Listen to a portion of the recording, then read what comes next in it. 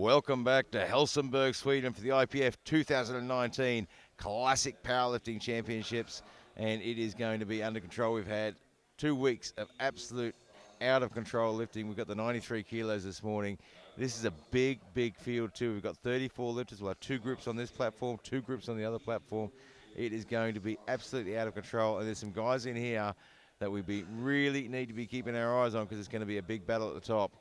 Absolutely. You have 2-time returning world champion Ellis McLean. Then you have the American champion David Wilson, who defeated McLean for his spot. On top of that, to make it more interesting, European champion Anatoly from Ukraine. He's won the European Championships as well as the current IPF holder for total, who's out-totaled both of the previous gentlemen. And to add another extra element, from Sweden, Sweden's own Gustav Hedlund, who won the World Championships last year as a junior with a total that would have won him the Open had he had entered the Open. Well, guess what? He's entered the Open today. That's several world champions, world class, all could register the exact same total. Too tight. And, of course, it wouldn't be a World Championship event without Ellis McLean, right? I mean, not only does he bring a great lift to the platform, he brings an enormous amount of charisma to the sport as well. So, regardless of how he performs, we're all looking forward to watching him lift again. But it's going to be an absolute battle at the top. And every day seems to come down to that last pull. And I think today is probably going to be no different as well. We're going to see some guys loading these bars in the last couple of lifts just to see if they can get up those rankings. And remember, you've got 34 lifters in this field. Monstrous. Everyone wants a piece of the action. Monstrous. Well, we are about 2 seconds away. Matano Dependa from the Netherlands looking for 240.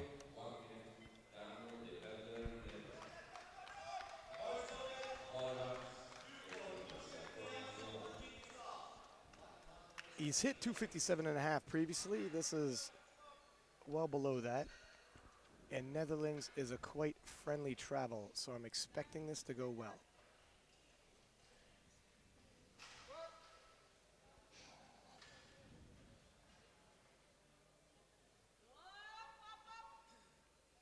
Yeah, very smooth. Yeah. 3 white lights. Goes on the board. That's a nice, easy one to get the day started. Petra Horvath of Hungary is going to attempt 252.5 kilo. Previously hit 285 kilo. This is well below that. Again, not expecting anything overly concerning. And the game plan, Gary, I know you've done a lot of coaching at the world level. Just get it on the board. Yeah, look, and that first lift, it really is. It's get it on the board. You are the morning session, I think, is probably the hardest session for all of them. You've got an early morning weigh-in. I mean, these guys would have been up at 5:30 this morning. Probably didn't sleep that much last night, so they've got an early weigh-in. So they need to be conservative and get this opener on the board, get those nerves out of the way. Yeah, an 8 o'clock start, 6 o'clock weigh-in, and if you had to cut weight, you may have even woken up as early as 3 a.m. if you had an extra couple kilo to cut. But that's sports. Wearing the Eleiko belt there. Great sponsors for the IPF and great products as well. And Hungary should be on the board. Yeah, that's a great opener, that one right there. 3 white lights.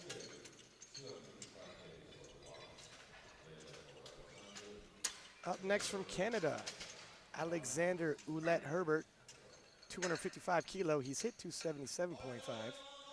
One of your fellow Canadians. One of my fellow Canadians.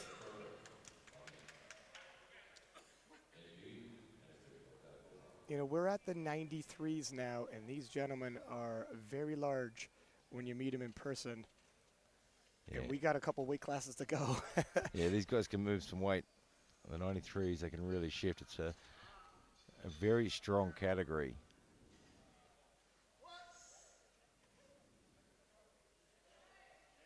Looks about right on the money. Yeah, that should be a good opener. Yeah, in terms of the categories, so certainly in the women's division, the 7-2 was the most anticipated in terms of stacked. I believe in terms of the men's, the most stacked, we had showdowns, very tight at the top between 1 or 2 individuals in other weight classes. In this weight class, no exaggeration to say 1 through 5, any one of them could win this. Yeah, I mean, it's really quite interesting, the weight classes. You sort of go through periods of time where you have, particular weight classes the most contested, and the 83s for a long time were, everyone wanted to be an 83. But the 93 is just sort of grown to an absolute monstrous weight class, and everyone wants to hit their numbers in there. 262.5. Andre of Norway looks to be on the scorecard. And I would have to agree. It's almost, obviously in terms of the average size woman, man walking the street, you have an average size, and the talent pool is going to be deeper to rise to the top of that. Start lifting weights, you end up growing into a 93. Well, it's interesting because, I mean, many years ago, your 93 kilo class was your sort of weight class that, your 83 guy had grown into, and he was on his way to the 105. So he was in the 93s for a little while until he got to the 105s. And, even the 120s for a little while, you go back a decade or so, the 120s were the weight class you went through while you were growing into a 120 plus. But now, in the last decade, they've become an absolute weight class of their own. They're no longer a weight class you grow through. They're now a weight class that guys are aiming for. And you can see the numbers are just so much more competitive. Representing Norway, Martin Haraldson, 265 for his opener. Depth looks solid. Yeah, and the bar speed's nice. No major ask. Well done. And when it comes to a competitive class like we have today, and in the prognosis, literally you have gentlemen who 4 of them could have the exact same total and are capable of, based off of history. It's a dicey proposition where you can't miss, but you're being pushed to take risks to pull ahead of the pack. A complete shakeup could happen at any time. Bob Vanden Bogaard of Netherlands, 280 on the bar for him. Yeah, well under his personal best of 300.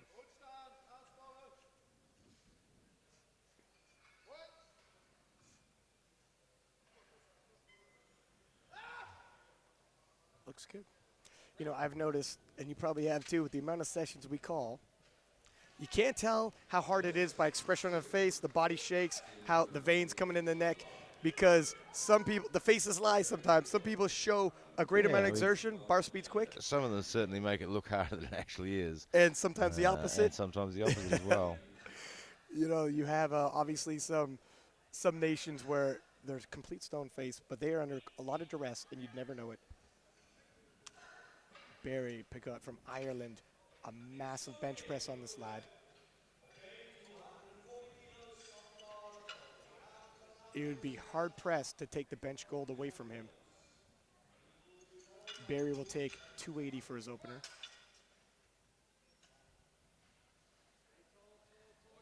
Oh.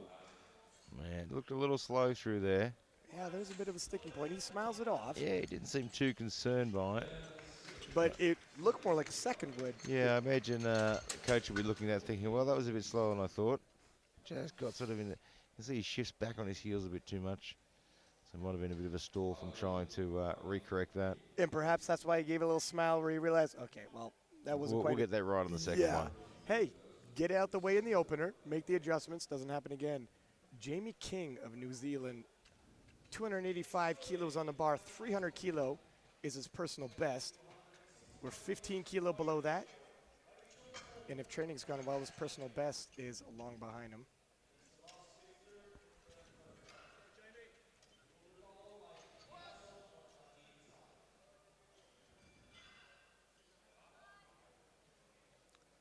Yeah, that looked a little tougher than it should have. Bit of work as well, yeah. Yeah, a bit of work, a little bit of a lateral shift to the left there as well. Mm-hmm.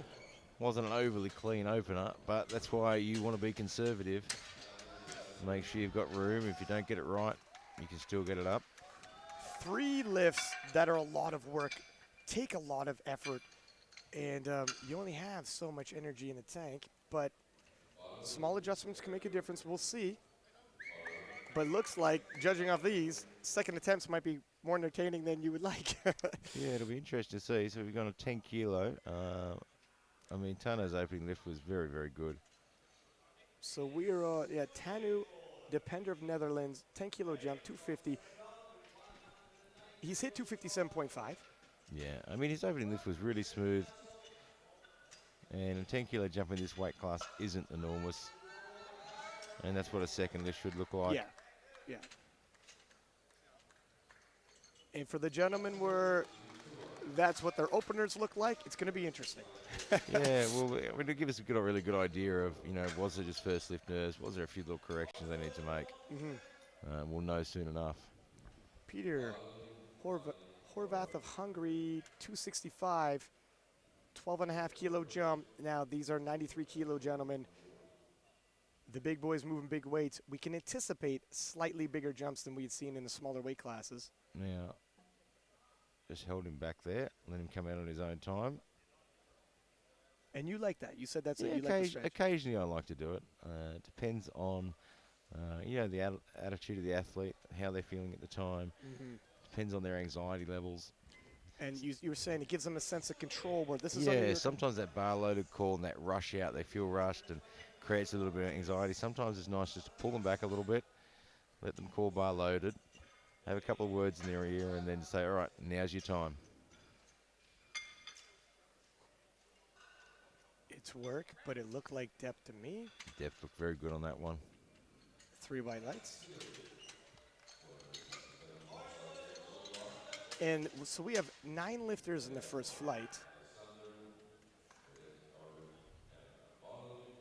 Yeah, it's super competitive. We're moving at a decent clip due to the split. Alexander Ouellette Herbert of Canada, 267.5, 12.5 kilo jump as well. Yeah, still, I mean, he's got 10 kilos under his personal best, so he's not jumping to unknown territory or anything like that again. So, I mean, it seems like a big jump, but as we said, at this weight class. Yeah, for these gentlemen, percentage-wise. I mean, in this weight class, in a training block, we'll go up, 10 or 15 kilos in a week or so. Nicely done. And I think that's a very good second attempt. He's got some room to work from there.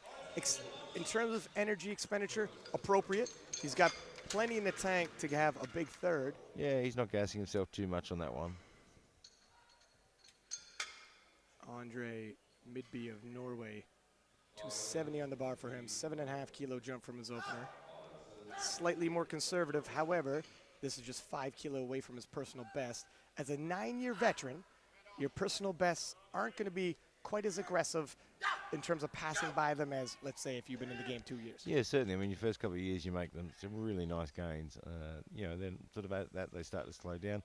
And you'll have plenty of times throughout your career, where you pretty much sit stagnant.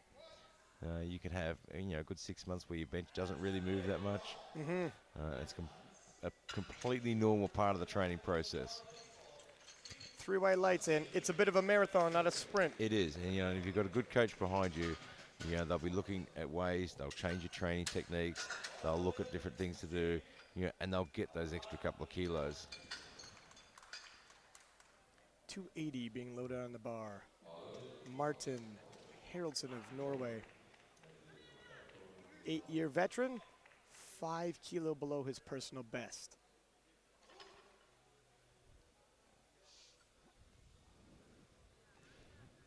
A good example of that would be Kimberly Walford, who has been at the top of the game for so long, quite possibly, and I believe, the greatest powerlifter in the classic division since we've had the classic division, due to the dynasty she's had. But her gains, it'll be 2.5 kilo there, 2.5 kilo there. And yeah, I mean, you can't expect big gains all the time. Yep, you get plenty in the start.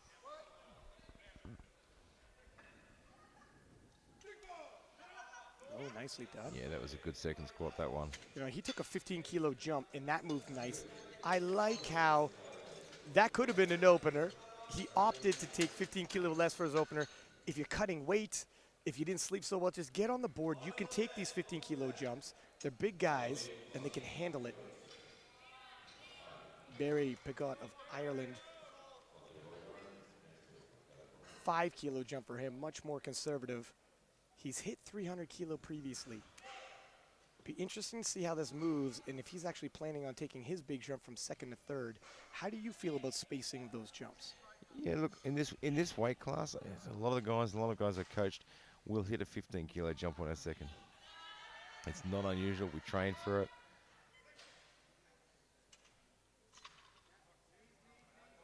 But probably not this time. Oh, wow. Oh, wow. Yeah, we said his opener was a bit slow and looked like a bit of work. His second was a bit of work as well.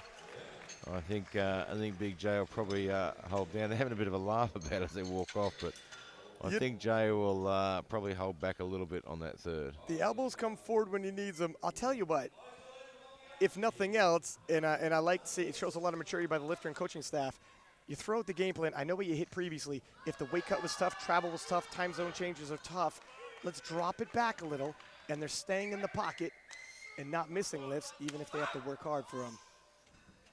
Bob Vandenboegaard of Netherlands, 292.5, 12.5 kilo jump. Let's see how he handles this.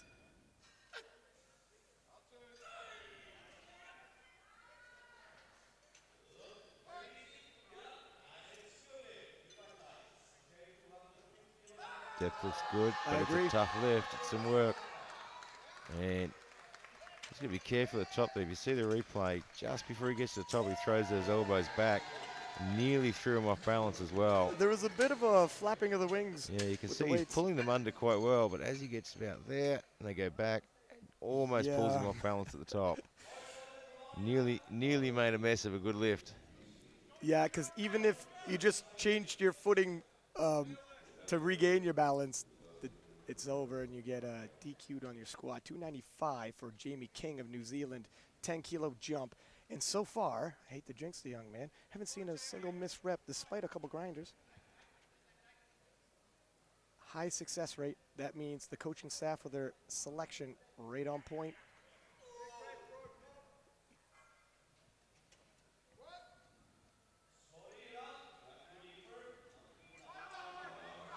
Man, he's had to work very hard for that one. Now, I know you're going to like the knees stayed out despite the hard work. It was clutch right there for a couple moments. It looked like he might not make it, but never let the knees go in. You see they threatened to, keeps and the driving tension. them out. So every lifter has hit every attempt, and we're off into the thirds. But based off some of these seconds, Gary. Yeah, the thirds are going to be tough. I mean, there's a couple of guys in there that 2.5 kilos is going to stretch them. Yeah. To say the least, 262.5. Tano. It'll be a big personal best, I think. Yeah, he's only hit 257. I say only, but 257.5 previously. And we are past that. 27 years old, 4 years competing. Well, if you're going to hit a personal best, this is the platform to do it.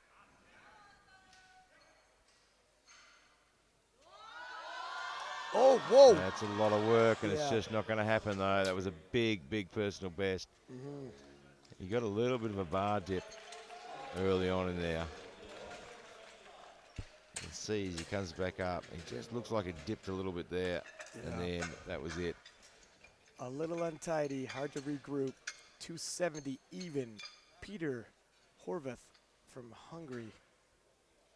Now this is 15 kilo below his personal best, an 11-year veteran. And at that point in the game, you realize it's all about what's there on the day. Well, you do what you do for the competition. I mean, some competitions are going to go better than others, but you've got to pace yourself for the actual day. And you can't lift at those absolute 1 RMs, constantly throughout the year. The recovery time just isn't enough, and it depends on competition load. When was the last time you competed? I mean, some of these guys have hit personal best 3 months prior at another competition, and that's not a lot of time. 3 months is pretty much the recovery period and training period.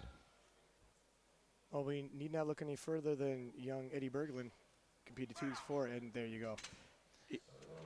And it was just a little bit too much. Great job from the spotters there. And it's also, you got to point out as well, where you start isn't necessarily where you end. If you have a rough cut, by the time you're into bench and deadlifts, you could be a weight class up the way these guys rehydrate.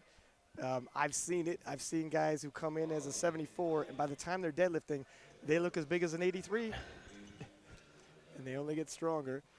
Alexander Ouellette Herbert of Canada, 275 kilo on the bar for him, 2.5 kilo below his personal best, 7.5 kilo jump from his second.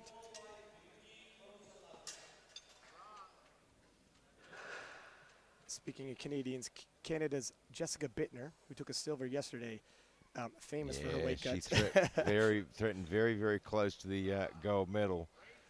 Exciting stuff. She could smell it. Depth is good. That's a solid third. That should be a good lift. Oh, he gets 2 red lights there for depth. This angle's the angle of the ref that gave it to him, so. Yeah, so the other side probably a little bit high there.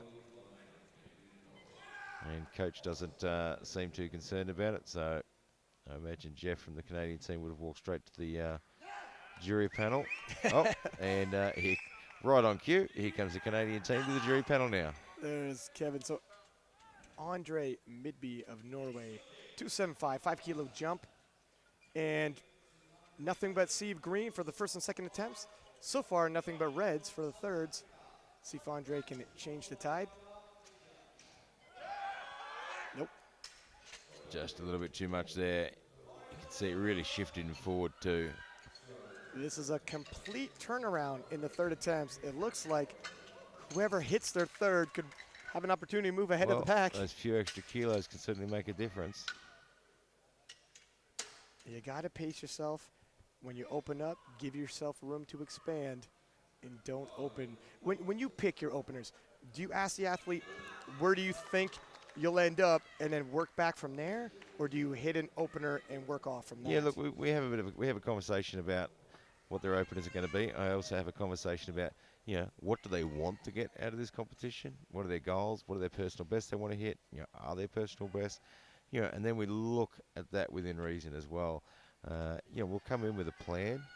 We know what our first lift is going to be. We've got a couple of options for our second lift based off our first lift. Then we've got some options for our third lift based off our second lift as well. So we've got a plan in place. You got to be a little dynamic. And we know what the goals are, but you've got to be adaptable. Martin Haraldson from Norway. Wow, that might not have been clean, but he got it up to the top. All types of adaptable while mid-lift to make it happen. 3 white lights. It doesn't have to be a clean lift to be a good lift. Yeah, that's right. It doesn't need to be pretty. It's actually a little more entertaining when it's not, if nerve-wracking. And Ireland's Barry, 287.5. He had quite the struggle with 285, 2.5 kilo. Yeah, after that struggle. I thought they'd only go 2.5 kilos, and I think even that is going to be a stretch, and I don't think he's actually coming out for this. You know what, I think he knows he's tanked.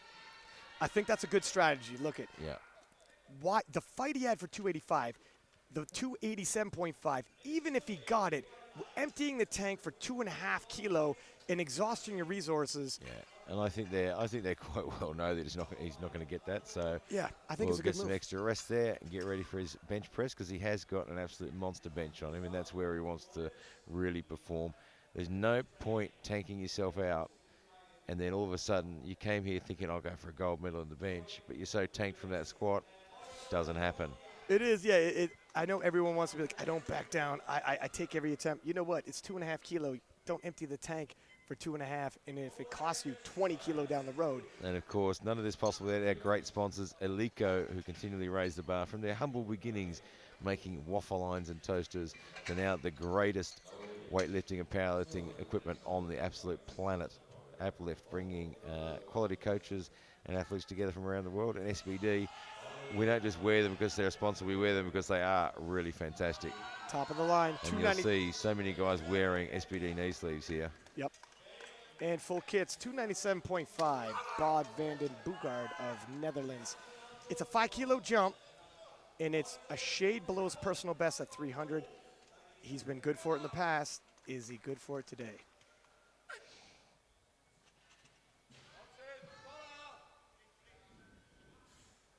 Letting his feet settle.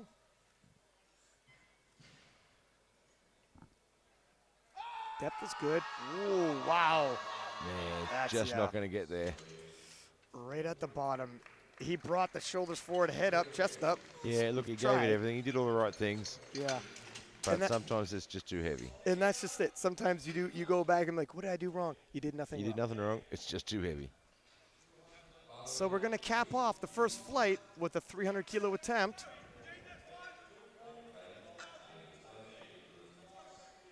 Nice way to end off the first flight, hand off the baton to the second flight into the 300-kilo range.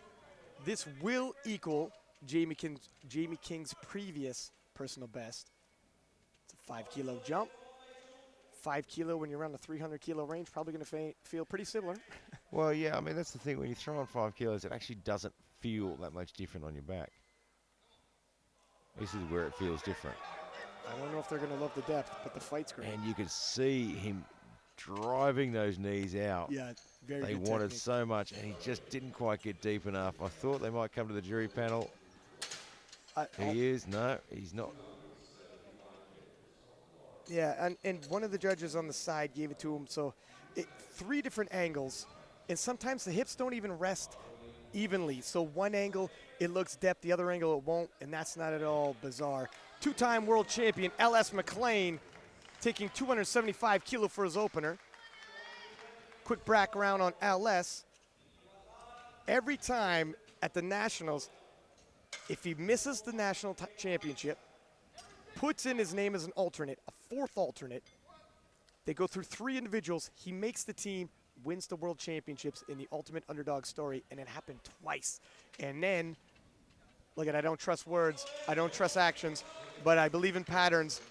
He came onto this American team as a 4th alternate. Well, he's certainly got a history, and we always love watching him lift. Back-to-back Americans here, 277.5, David Wolson.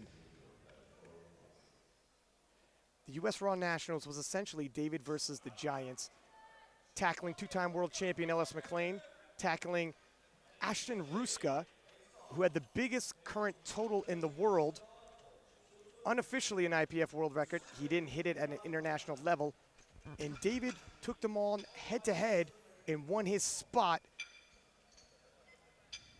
Hard-earned, and he wants the IPF title to add. That super wide position.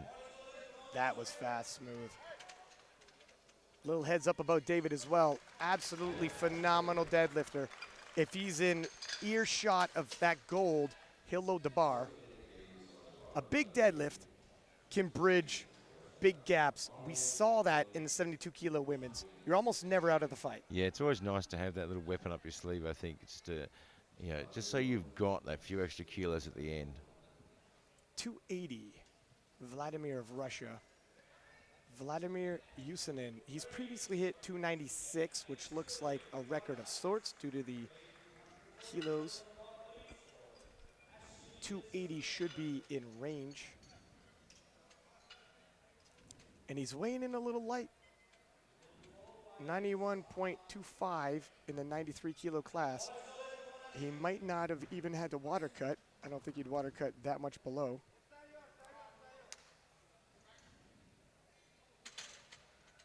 So he's 296. He hit at the Russian Powerlifting Championships this year in Moscow. So that was in February. So there's not a huge amount of recovery time.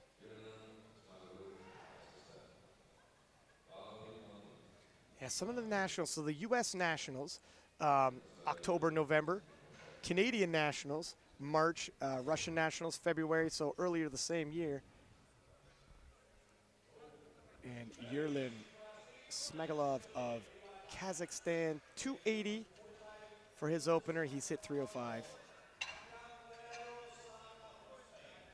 Yerlin's 15 kilo below his personal best should move reasonably well, and it does. We'll see what they say about depth. It's on the line. Yeah, it was pretty close, but I think it should just be in. No, he gets 2 reds. It was close. Yeah, that looks about parallel on that view. Yeah, from the front and from that one side, and you can see on the other side you got the white. Sweden's own Gustav Hedlund, 292.5. World champion in the juniors last year in Calgary with a total so big it would have won him the Open. Well, guess what? He's in the Open now and wants to see if his total will still do the trick. Now, I think there's been some movement from the jury. The Yaslovs from Kazakhstan, they came to the jury box. And I'll just keep an eye on that for you.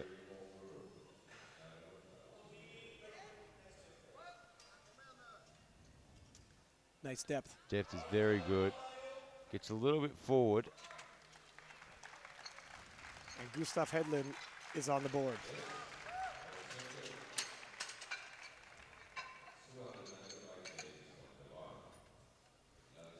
$295, Vladislav Jurganov of Bulgaria. He's hit 310 previously. Again, 15 kilo below his personal best. At 24, his personal best might even be old.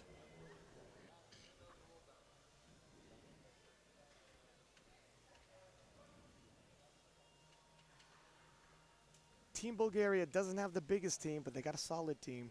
And they got some strong lifters coming out of Bulgaria.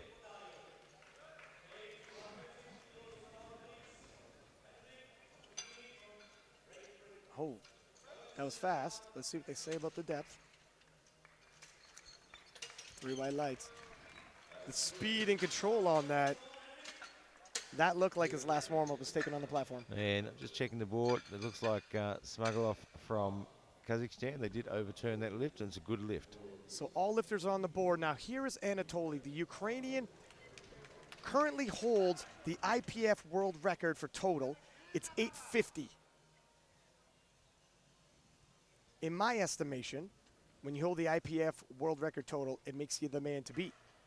Well, it certainly does put you up there with everyone chasing you. Yeah. The only caveat with that, we have world champions coming after him, so it really is anybody's game. 23. Well, the Ukrainian teams are fighters. And if you want to take it from him, looking at that squat, if you want to take it, you're going to have to bring a fight. 23 years old. He has come here on a mission. Technically still a junior. All types of potential in that young man. 310 on the bar. Amar. Now, Amar, is Amar the current world record holder? I think he might be with 330.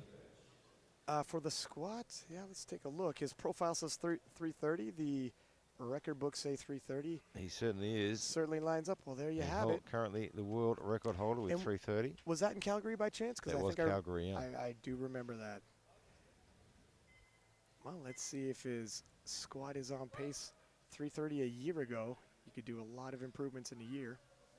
Ooh. Well, his opener is any indication. There's easily we might see him nudge the world record again today. Uh-oh. Two reds to one white. Two reds. What do we have a look at here? We've got one depth, which is probably the other side. Were the knees not locked for at the? Could have been. I think that other card was for knees. Because it was a little bit. It looked like a soft knee at the top. Yeah. So it'd be interesting to see what they do here. Is he going to stick to the plan, or are they going to retake that one? 287.5 for Ellis McLean of the U.S. Ellis, a phenomenal bencher. And he's just an all-round great lifter too, and he has that capacity to be such an all-rounder as well. Grizzled veteran, 2-time world champion, and one of the nicest guys you're ever going to meet.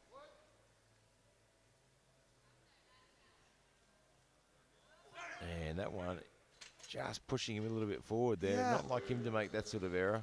No, and yeah, it's almost like at the bottom it pushed him forward as he tried to come out of the hole right there. Yeah, I mean, it's not really like him to make that sort of error. He's usually got that chest up really well.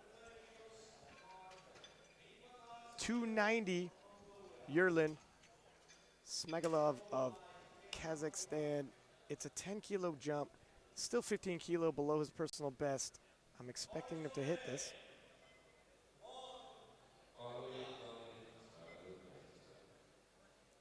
You know, if we started the day with a lot of excellent attempt selection and everyone hitting, it's been a bit of a mixed bag already, and this is where the rankings shake up. Yeah, I mean, it's always interesting. I mean, these guys are always pushing for the next level. And, I mean, we saw Kanane there with his opening lift, 310 easy weight, couple of little errors, and all of a sudden you're behind the 8 ball. And that's all types of work, isn't it, Gary? There's a lot of work there in a second. Look at his personal best. And he does a lot of work for no return there. He gets tough. 3 reds. Yeah, from the side that did look like parallel as well. And me, yeah. Yeah, it didn't really lock at the top. So that's a lot of work for no reward. America's David Wilson. His countrymen missed the second attempt. The hopes of the nation fall on David Wilson's shoulders.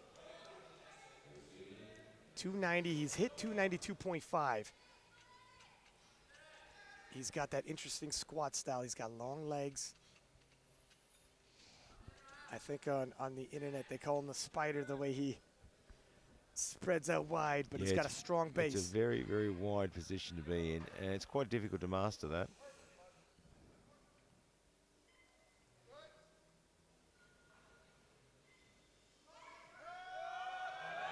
Oh, wow, he's a fighter.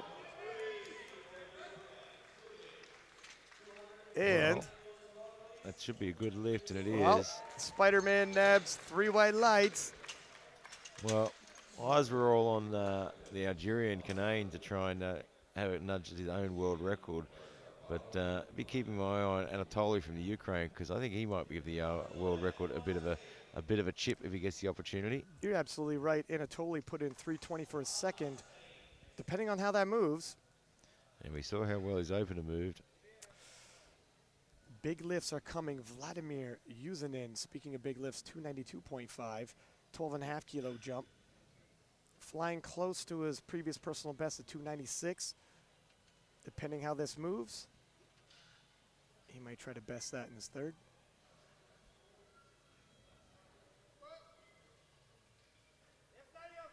He dropped that in fast, didn't he? Lost a little tension on the bottom. Yeah, It was a little too probably fast. dropped in a little bit too fast. I'd have to agree, sir. You know, it's one thing that I want to get this weight shifted quickly and get in and out at the bottom, but it's also negotiation of keeping tension. Look, I'm a big fan of controlled descent, get to the last couple of centimeters, then drop into the hole, and it's a controlled drop, and that way you get that little bit of bounce. When you come down that fast, it takes a lot of energy to actually slow that bar down. 292.5 for Gustav Hedlund of Sweden. 24 years old, world champion in the juniors, put on a phenomenal show in Calgary. And the Swedes are behind him. He also has Alexander Eriksson in his corner. Nicely done. That moved like his opener did. Yeah, there's still plenty of room to move. That's what we like to see. You know, he's like to see in a second. There's still some room to move. There's nothing worse than going, well, I've got another lift up my sleeve, but I really can't add any more to my total. We've already seen some people have backed themselves in that corner. Gustav Hedlund not falling for that. Vladislav Jurgenov of Bulgaria, 310, 15 kilo jump. This will equal his personal best. Let's see if he gives himself room to grow from this. Just 24 years old. And he is all types of thick. Walking out like a refrigerator with legs. Excellent squatting body. It's going to be hard to bully him around.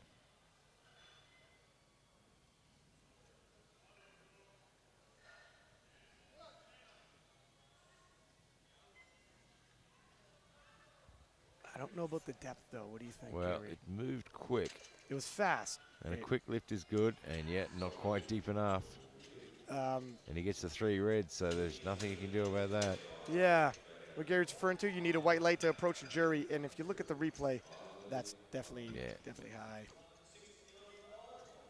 Even if there was one white, jury would just... I still think the jury would wave that one away. Save your walk. Don't even bother approaching. Amar is going to retake 310. He's hit 330. He's the world record holder. You think he gets it? Look, I think retaking re-10 was a smart move. It moved really easily. It was technical issues, but you know what? If you're going to add more weight and you've got technical issues on less weight, then you're probably going to have the same technical issues on the heavier weight. And what if technical issues on the first weight, fine. You move the weight up, and the second weight's on strength. Well, now you're backed into a corner.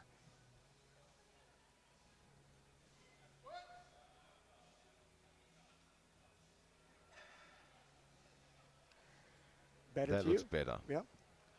It looks a lot more controlled. He thought about it. Yeah. And you could see when he got to the top then, he really thought about those knees and actually locked them in. Yeah, sometimes you get a little excited because the hard work is done. So you get to the top and you forget, nope, you need knees locked. Anatoly from the Ukraine, 320, 10-kilo jump from his opener. He takes another 10-kilo jump from this. He's already at world record territory. Let's see how he handles it. Yeah, look, his 310 was smooth, moved absolutely beautifully. And if this one moves just as well, and he's got another world record holder in his corner there as well. And Nova Pitsmani, world record holder in total. Ooh, you know what, 10 more kilo might be in the tank. What do you think? Yeah, look, I think it's possibly worth the shot. You know, it's a big call. Do we go 330.5, take the risk to take the world record, or would we go 327.5, which is a much higher probability, and add to that total? I mean, you're early in the squats. You know, you've got some big deadlifters in there, some big benches. Yes. Yeah, his predicted total puts him in a really nice position, but he doesn't want that gap to close. And it can close very quickly. 287.5 for LS McLean. Misses second. He's all smiles now.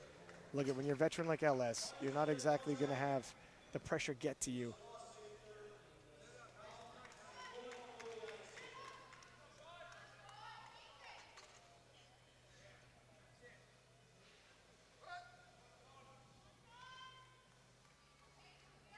Depth is good. Pitch forward again, And though. just a little bit too much there. Thanks, the spotters and loaders.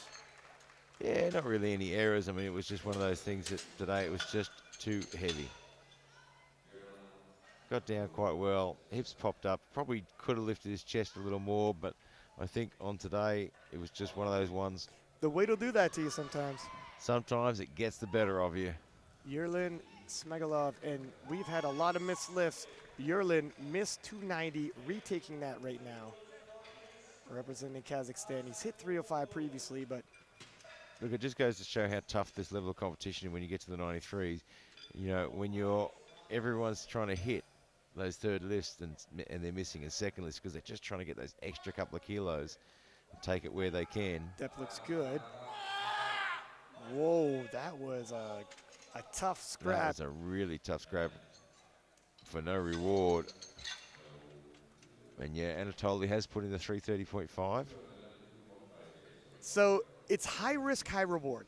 10 kilos, 0.5. That's going to be difficult. It's definitely at the outer reach. However, that chip towards his total would mean anybody trying to equal him has to go up another 2.5 kilos. And, you know, that's part of the plan as well. I mean, they know, you know, that the Bulgarian's sitting quite close. There's only 5 kilos in the predicteds. Yeah, that extra 0.5 at the very end, that could be the 0.5 that lets him get the gold medal. And a lot of these gentlemen, big benchers, big deadlifters, and they open light and make big jumps. So the prognosis ahead, the predictor, isn't always the full story. Yeah, you know, when you're coaching, you're trying to look all the way ahead and think, okay, this is what's going to happen. This could happen here. Whoa. Way too deep there. Again, just sunk that right down. Excellent catch by the spotters and loaders from Czech Spotters team, EPF, IPF. They are literally professionals, brought into all the international competitions, and that is why they can catch it at a blink of an eye. But I do agree with you. You got to keep one eye on the present and one eye in the future. Yeah, I mean, it's a really tough call. I mean, that 330.5 is a really, really big call because it is, you know, a high risk. But the payoff at the other end is even bigger. High risk, high reward. David Wilson of the U.S., 192.5. Doesn't look like he's going to take that because 290 was tough. 292.5 for 2.5 kilo. As we've seen, do you empty the tank? David has a phenomenal deadlift. Perhaps the American team saying, look, if I'm going to empty it out, let's do that on my last pull. Let's empty it on the deadlift. Yeah, sometimes it's tactical. You have to think of the big picture. You can't be thinking of just squats, just bench, just dead. You've got to look at this. And we've seen time and time again when guys come out and they get caught up in that game, chasing the gold medal in the squat, chasing the gold medal in the bench, chasing the gold medal. All of a sudden, they started as favourites for the overall gold medal, got caught up in the chase, and they're leaving with a bronze or sometimes not even hitting the podium. And it shows a lot of maturity, and obviously the coaching staff of the U.S. It's not an easy thing to do to not come out for your lift. You know, it was never on the plan. I take 1, 2, skip the third. But if 290 was a grinder, let it be. Now, Gustav Hedlund, who we both said was pacing himself excellently in the squats, 300 kilo. He's hit it previously. He's got the crowd behind him, and 292 was there. I think this is a good third attempt. Yeah. And if he hits it, he's building quite the total. You know, he looks like he's in the mood. You can see in his face he's feeling good. This will, if temporarily, move him into third place in squats.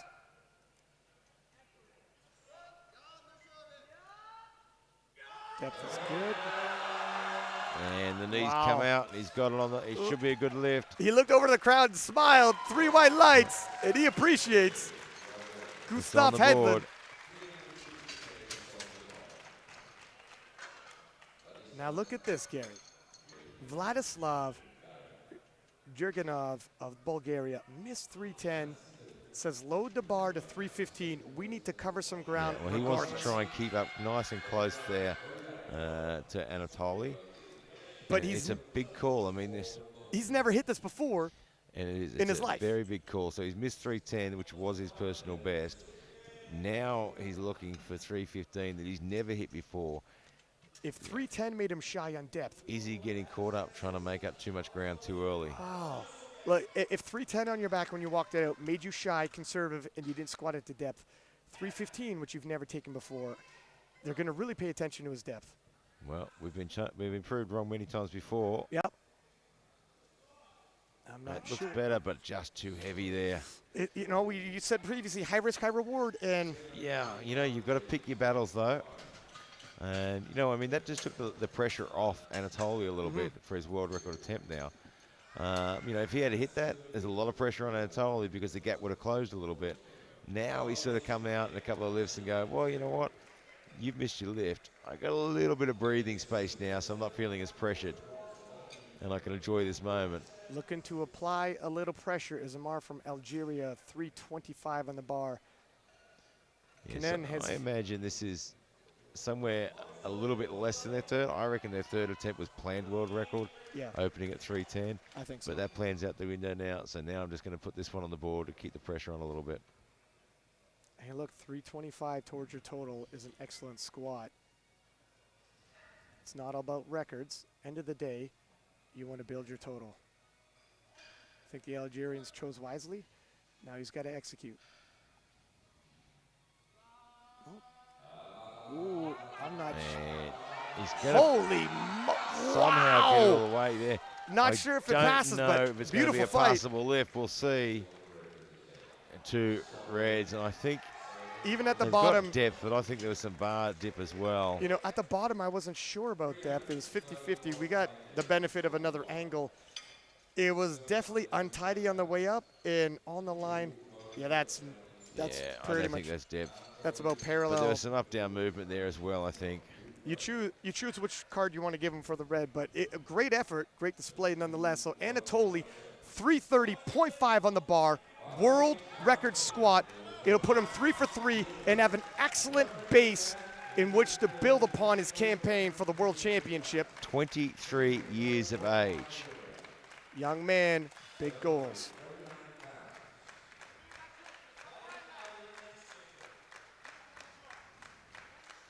It's a big call, but the payoff is even bigger.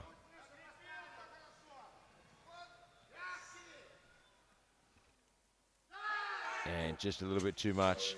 You know, Gary, I think, I mean, 2020 hindsight, but you had said even ahead of time. It was a big call, you know, but you know what? I mean, it was a big call, and usually, you know, we talk about not going for those world records. But in this case, you know, I think it was probably the right call. You know, there was a reasonable probability that he was going to get that world record. I mean, he could have held back to 327.5 and got that on the board. But, you know, I think there was a reasonable opportunity. Big call. We usually like to not go for those world records when we're trying to go in for that gold medal. But I think in this case, that extra 0.5 kilos, they were planning as going, well, that could make the difference at the end. It's close. If we can get that on the board, that half a kilo, and all of a sudden, they've got to add an extra couple of kilos to their lift to get past me now. It is. Look, we had said it was a tight battle, and these gentlemen, when it's a tight battle, are going to push themselves to the limit, and you're going to start taking risks like that. If you look at the third attempts, out of a flight of 25 of these men, two lifts. Two third attempts successful. A lot of red on that plate. Well, the bench is going to be even better. We've got some big benches in there, and we talk about that not being where you make up ground. So these guys now have got to focus on that and just get their job done. Don't go away. 10 minutes time, we're going to be right back here, and it is going to heat up.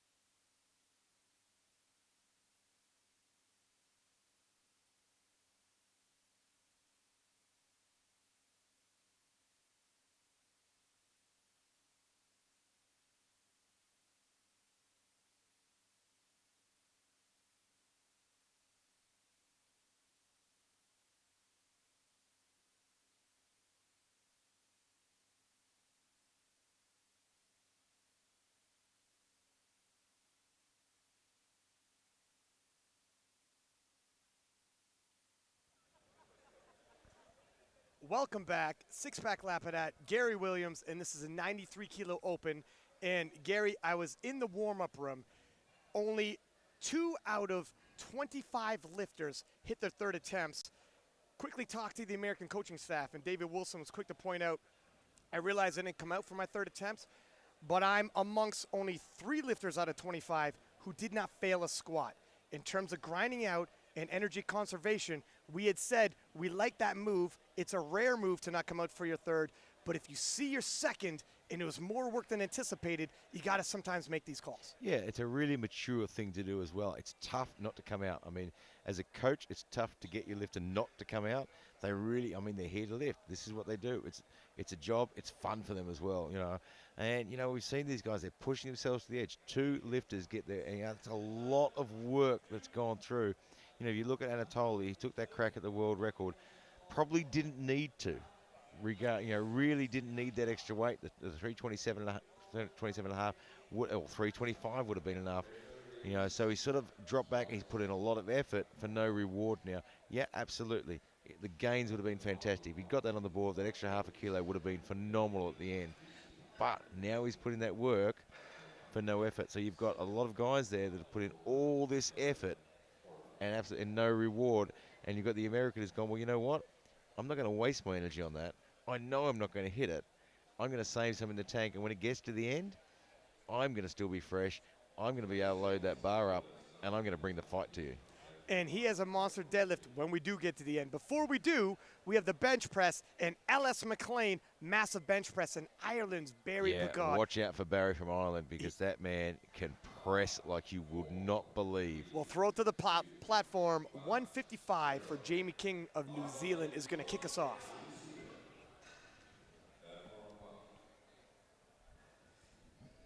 Now this is just 2.5 kilo below Jamie King's personal best. And the bench press is probably the most dicey of the lifts, only because unlike the other lifts, there's 3 commands and a lot of ways you can miss due to, all the different points of contact needed. Feet on the ground flat, head on the bench, butt on the bench, shoulders on the bench. Are your elbows locked? I like a nice, smooth, easy opener that it could hit at any point in time. And it was smooth, but it was a little bit of work. 3 whites. And also with the bench press, the brakes come on quick. 2.5 kilo can turn, 2.5 kilo before, you're fine. Add 2.5 more kilo, all of a sudden the brakes come on. Yeah, look, you can have a really good bench. Your second bench can go really well. It looks really good. Throw on an extra 2.5 kilos, and that's it. It's a volatile movement. You need all your levers in place. Bar path is key because it's not a linear up-down like the squat and the deadlift. It's actually arched.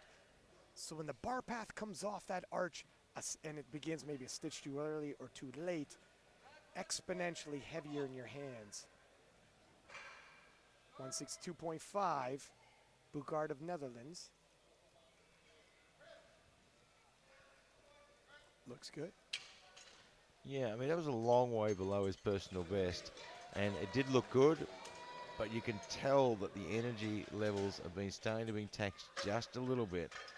Look, failed attempts take a lot out of the lifter. That means they push themselves to the very max and beyond, and that's where it catches up to you. You only have so much energy on any given day. It's not an endless tank of supply. Yeah, you've got to learn through experience to manage your energy outputs throughout the day. And sometimes not taking that third squat is a good way to manage it. Or I guess Gustav Hedlund would say, go 3 for 3 and stay. But that's a rare case. Well, look, absolutely, if you can, yeah. I mean, and that comes down to that planning, attempt selection, arriving in a destination with plenty of time to recuperate. 170, Peter Horvath of Hungary. Nicely done. 3 white lights. And great job from the spotters and loaders.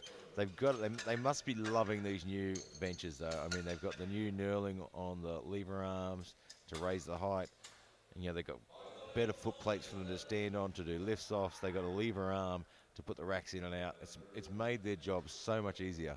And the lifters themselves, the bench now has a lot more. It's creates a lot more grip on it. So when you set up, you don't lose the perfect setup.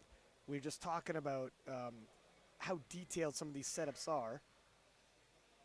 And Alexander from Canada, 275 for him. Nicely done. Yeah. Alico's always making improvements to her equipment. Well, look, they always do. This is probably the first time I've seen such a dramatic redesign of their bench. Yeah. I mean, their benches and their racks have remained relatively similar throughout the years. There's been a few redesigns and a few different models. But this is probably the most dramatic and probably one of the best ones. I love the narrower safety arms now. There's a little bit more room for the plates, which makes it a little bit more comfortable for the lifter. Yeah, you never want to bang those safeties on the way down. And Pender of Netherlands, 182.5. He's hit 197.5. Tano de Pender looking to just get on the board and not take any major risks in doing so. I like the strategy. I think the attempt selection looks on the money based off of previous performances. Proof's in the pudding.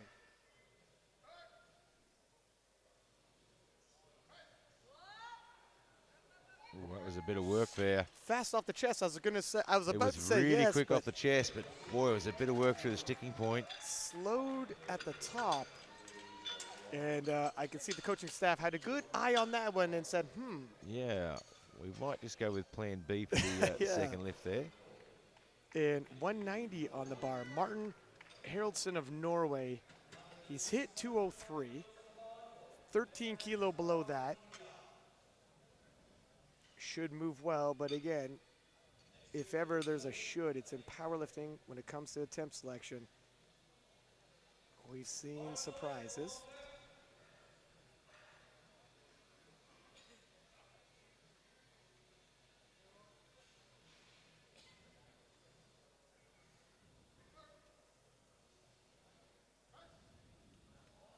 And it does. Yeah, so he's 203 on the board. It's a world junior record. Did that a couple of years ago in 2017. 192, Andre Midtby of Norway. He's hit 205.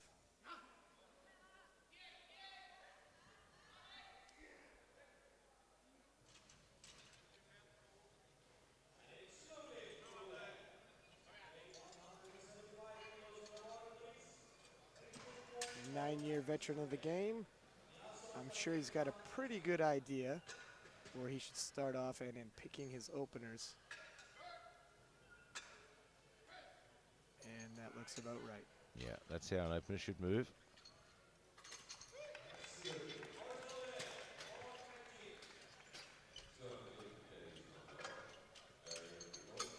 .215, Barry Pigott of Ireland.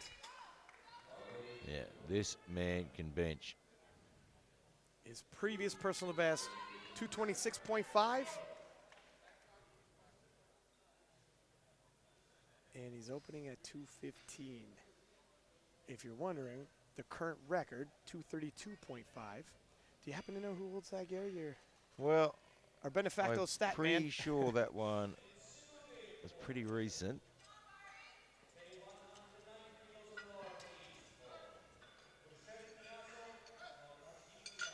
Nicely done.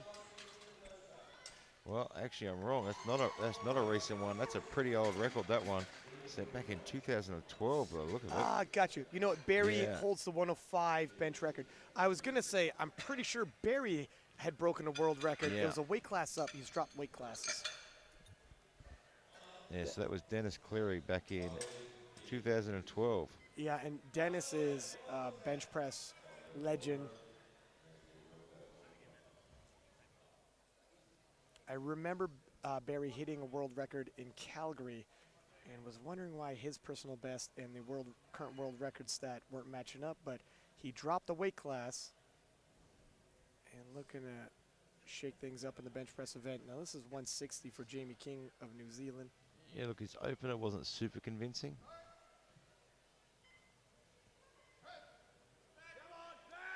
Yeah, It's slow. And it's a fair bit of work. There's not a whole lot of room left there. Getting close to the end. I'd probably only look at a couple of kilos. I think that was a personal best for him anyway. Yeah, 2.5 kilos will be a big ask, but he might be able to grind it out. And 167.5 for Boegaard of Netherlands.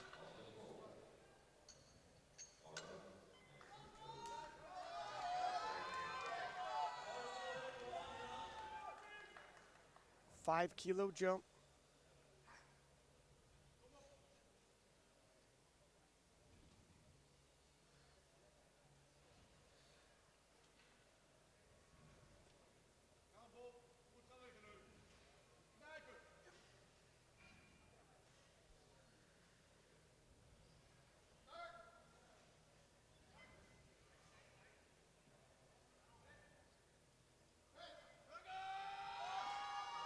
Oh, there's a little down up there.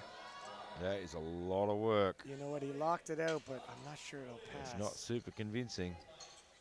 Yeah, It didn't get that one through. You know, it's a shame when you work that hard, empty the tank for a failed effort. The bar can only go in one motion, and it goes up, down right there. 177.5, Peter Horvath of Hungary. Still 7.5 kilo below his personal best, and he's taking a 7.5 kilo jump from his opener. Yeah, it's a big jump too, 7.5 kilos. Yeah, in the bench press event, expecting this to go a little slower than his opener. Based on how this moves, and the Hungarian team coaches are on the sidelines paying close attention, may opt to equal his personal best.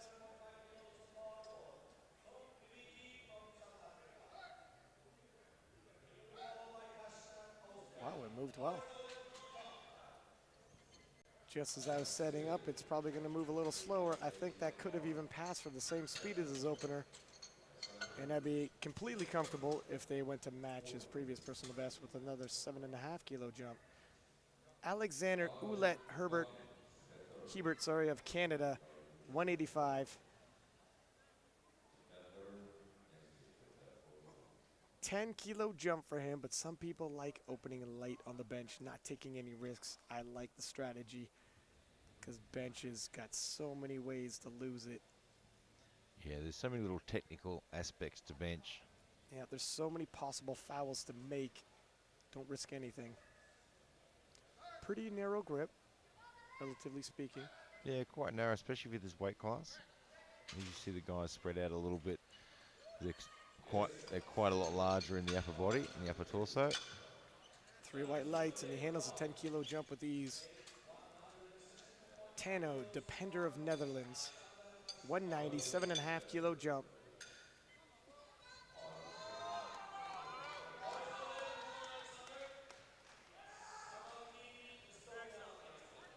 Going over his liftoff.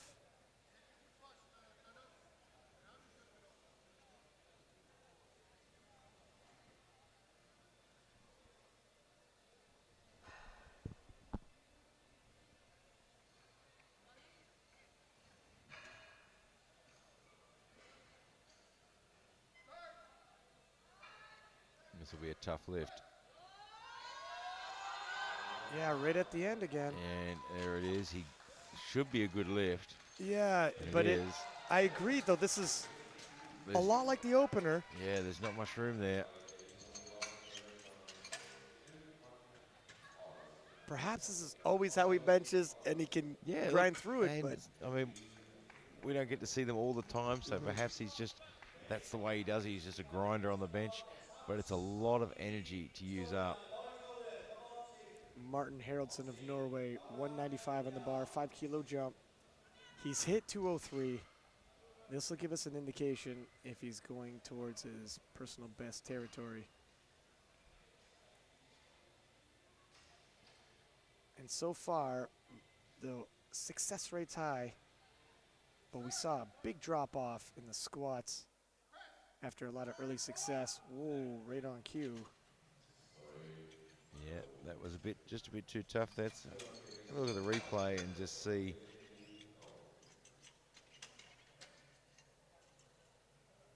What's so fast? Yeah, he didn't do a whole lot wrong. You know, it's I 8 just think he kilo. sort of mistimed it. 8 kilo below his personal best. Some of these gentlemen are not where they thought they were going to be at this point. And you got to start adjusting your game plan. Andre Midby of Norway, 200 kilo on the bar. Let's see if he can hold pace.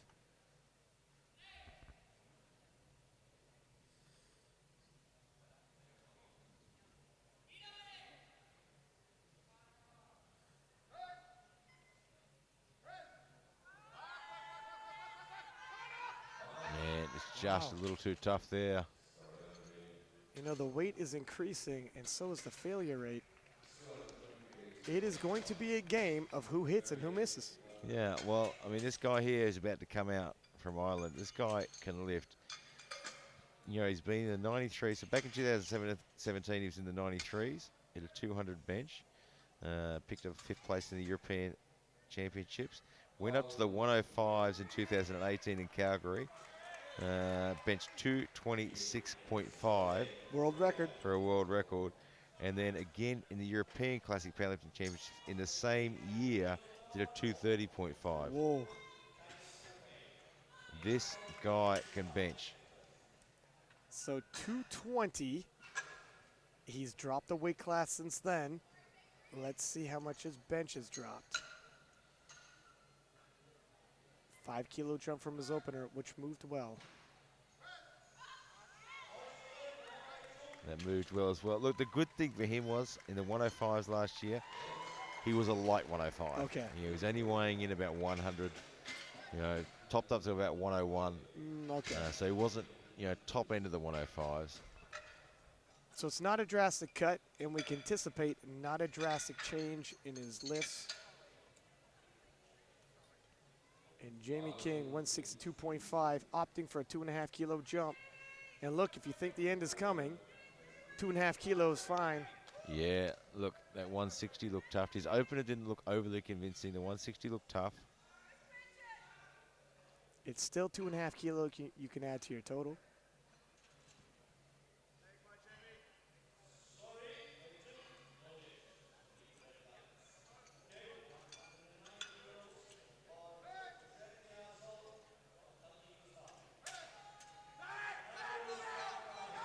Well, he's got a grind on him, that's for sure. 3 white lights. Yeah, 3 for 3, and I tell you what, in terms of attempt selection, they got the most out of their lifter. He had not a single. In this competition, when it's this close, 3 from 3 can make a big difference. I mean, this could be enough to move him right up those rankings. More points for his country. Bugard of Netherlands missed 167.5 in the second, retaking it now.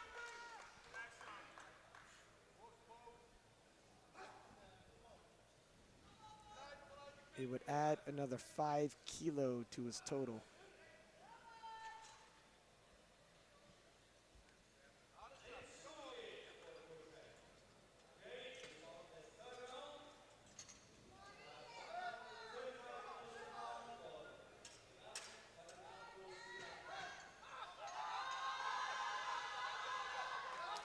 And he gets it. Well, somehow he found some extra grind, some extra technique, and he got that one up. 3 white lights. And sometimes all you need is a little motivation. We've seen it time and time again, Gary. Somebody misses, appeared to be on strength, come back and hits it. And Peter Hovarth of Hungary, 7.5 kilo jump. This will equal his personal best if he can hit it. Yeah, I mean, his second lift was, you know, I mean, that's a pretty decent jump from his second lift. I mean, his second lift was there, but 7.5, that's... It's that high risk, high reward scenario. Huge but risk, that one. You know, he took 7.5 from his opener. Maybe he's comfortable 7.5 kilo jumps. We're about to find out. It'd be nice to add that to the total. No wrist wraps. Ooh. And just a little bit too much there. You felt a little iffy about it, and there's why.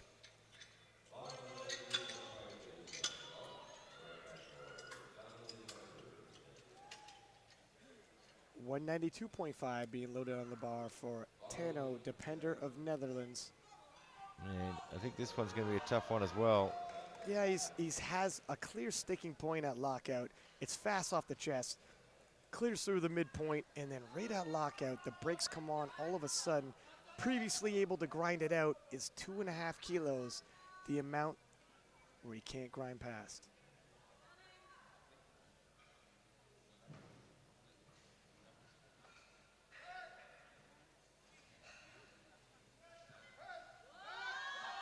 Right there. Oh, boy, he's got a grind on him, hasn't he? He's a fighter. What do the referees say? It's a good lift. 2-1, it passes. He is definitely a fighter. It's not a bad skill to have in your toolbox. This is true, it comes in handy. And 192.5 will stay on the bar for Canada's Alexander Ouellette Hebert. It's a 2.5 kilo jump, or sorry, a 2.5 kilo personal best for him, a 7.5 kilo jump. Looking to go 3 for 3, 7.5 more kilo towards the total. Yeah, I mean, and I think this is pretty reasonable. I mean, his second lift actually moved pretty well. Probably one of the better second lifts. It's still a little bit of a risk, but you know, sometimes the coaching staffs will be like, if you want the big jump, convince me with your second. Sell me with your second. yeah, and that's you know why. what? That one's paid off. Yeah. 3 white lights. I've never seen Jeff from the Canadian team get quite so happy with the bench press.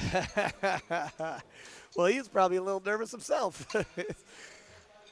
Yeah, it can be a bit nerve-wracking as a coach when you put that attempt selection on your bench press. You're like, you put it in, you're like, yeah, we'll wait and see.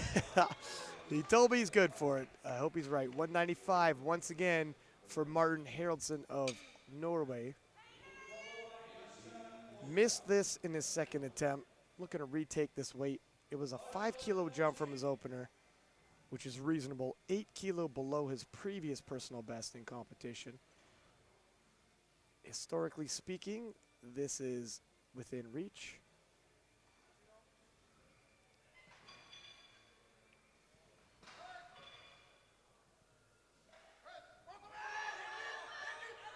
Oh, and I think it might be. Yeah, that should be a good lift, I think. Oh, and he gets the 2 red lights. Take a look at the replay. Maybe his butt lifted. We don't have a great view of that. Yeah, there it is. Yeah, which is odd. I mean, he doesn't have that huge arch. Often in that flatter position, the butt doesn't move as much, but his whole body was shifting quite a bit through that lift.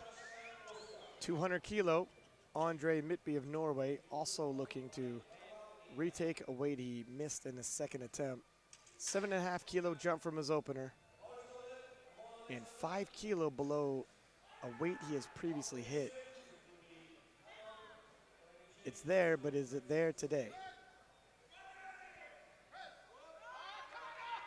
I can see the hips come up. I wonder if his butt came off the bench. Yeah, it'll be interesting to see the result on this one.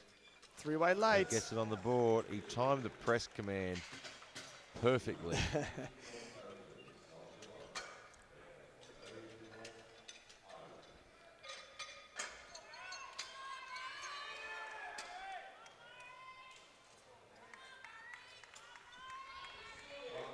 And of course, you can hear the Irish in the crowd. It sounds like there's 100 on this. Probably only 3 of them sitting behind us. 3 sounds like 30. They're a good support team. And Barry, 222.5. Yeah, I mean, this is a good chunk under his personal best. Remembering those were set when he was a 105. So, I think playing it safe on this one is a good move. 2.5 kilos. We have another flight to go, but if he hits this, it's going to be hard to beat in terms of the gold medal and bench. And he hits it. You know what, going by the way that moved, I think 5 would have been maybe a stretch. Yeah, he might have had a couple more kilo to go, but it's always 20/20 hindsight. He probably gets 3 on the board now. He probably secured the gold medal in the bench event. But we do have another flight to go, and we're walking into it right now. 170 for Amar Kanan of Algeria. And this is equaling his previous personal best. It's kind of a risky move to walk out here and equal your personal best on bench. Especially on the bench. Yikes. Of all the lifts I'm most careful with, the bench press, due to all the different calls and obviously the tricky bar pass situation. Yeah, I mean, that's the thing. When you're lifting at this level on the top of your game, that bar path, if you miss that bar path by even a couple of millimeters, it can say, that's it, no lift. It's hard to bring it back. Gets it. A little bit of work. Yeah, that right-hand side was pretty slow moving.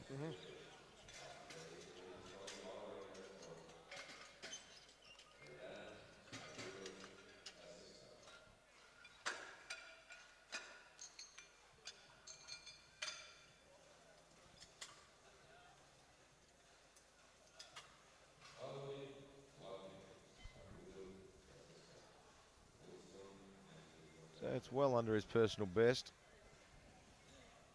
180. Yerlin Smagalov of Kazakhstan. He's hit 190. He's given himself, at least on the surface, 10 kilos to grow.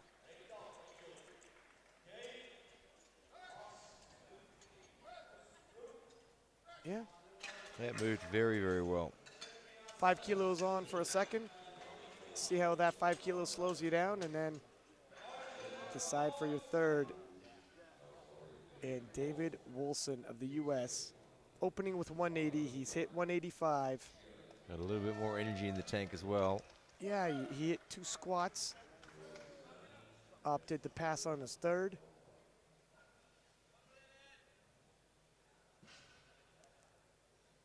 And you see how long his limbs are. He very flexible and strong young man.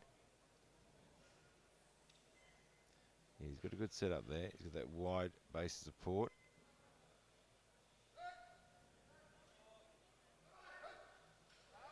That's a nice bench. Yeah, that's a good opener.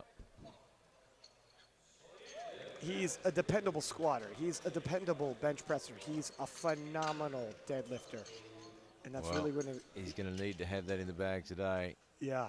And that's why energy conservation is so important.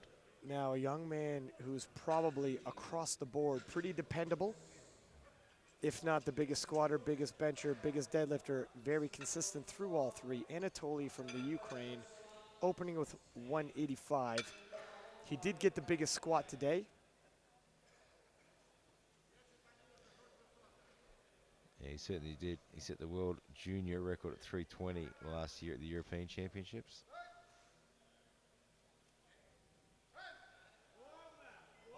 Nicely done. 3 white lights.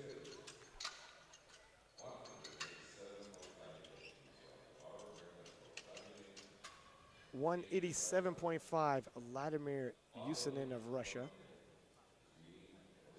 He's hit 200 kilo. This is well below that. Expecting this to move.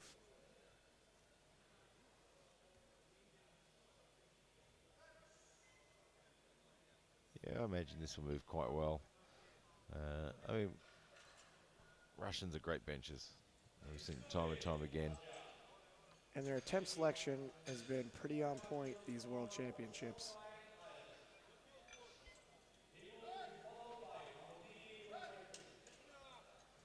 And the trend continues for that. Nice opener. Yeah, and that'll make up. I mean, he had a bit of a rough time on squats. I mean, he'll need a little bit of confidence. 192.5 for Gustav Hedlund of Sweden.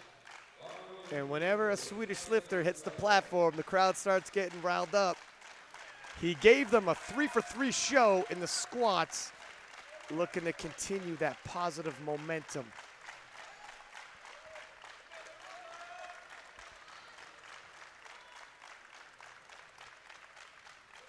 Good friends and training partners with Alexander Eriksson, who's also right there on the left, who also has won world titles in the juniors. They really push each other in training, support each other in competition. 192.5. Moved well. Yeah, that moved very, very well. Again, the attempt selection by the Swedes, bang on. And the game is get the most out of your lifter on that day. They're playing the game well. 200 kilo loaded. Vladislav Jurganov of Bulgaria. Previous personal best, 205. Now, very strong. Smashes opener squat, but then didn't hit after that. And look, you can be strong all day, but you got to get them to pass. Yeah, I mean, you've got to get them on the board. There's so many technical issues as well. It's not just a case of being really strong. There's all the technical issues as well that you've got to get right.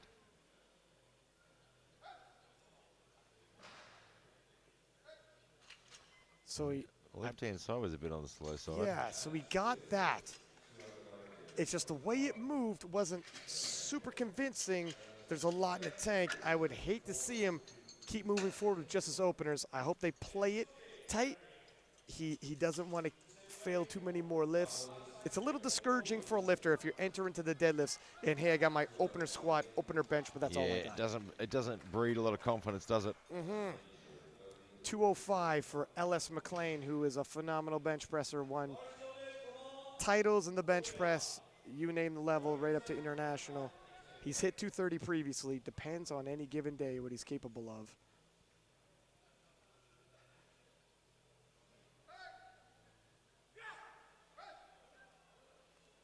That's a nice opener, 205 on the board, I'd assume. Yeah, should be happy with that one. Yeah. If anybody can threaten Barry from Ireland's golden bench, it's LS, but he's starting 10 kilo behind where Barry started. I think he's probably the only one there with the capacity to actually push for that gold medal. But as you said, he started 15 kilos, 10 kilos back. It's a long way to 222 and a half. Yep. 275 for Amar of Algeria. 5 kilo jump from his opener. 5 kilo personal best. Had a nice 310 kilo squat, netting him a silver.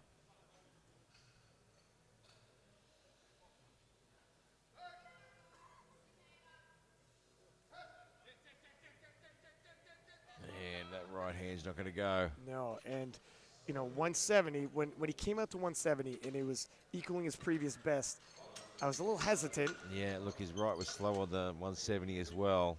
170 was work. You just don't want to open super heavy, close to previous personal best. You have to give yourself room to move, not just so you can add kilos. I mean, okay, if you open at your best and your total's based, on your openers, and that's the absolute total you can get, that's great, that's fine. The problem with missing lifts is the psychological impact it has on you. Yeah. You came to have 3 lifts and everything. You got your opener, you got your opener, you got your opener. It takes its toll mentally. Mentally, and then add on top of that even physically to your nervous system, the taxing. Now, David Woolson, who's playing the game correctly and putting kilos on the board without overtaxing himself. 5 kilo jump for him. He's hit it previously. Looks good. Yeah, it's work. Looks it good. was a little bit more work than I thought based on his opener. But, it was on his personal best, so you expect some work. Likely a conservative jump, and it'll be there. 2.5 kilo, you think? Yeah, look, I think 2.5 kilos. And, and he's playing a smart game. He's not going to go and push the probability too far. He wants some energy and he wants the numbers. Yeah. And he might get the extra 5, but he's going to have to work very hard for it, and that's going to hurt him in the deads. Yeah, you're going to empty the tank for a 50-50 proposition. Yurlin Smagalov of Kazakhstan, 190, 10 kilo jump. He's hit it previously, but it would equal his personal best. And Wilson did 2.5 kilos. There you go. I think it's the right call.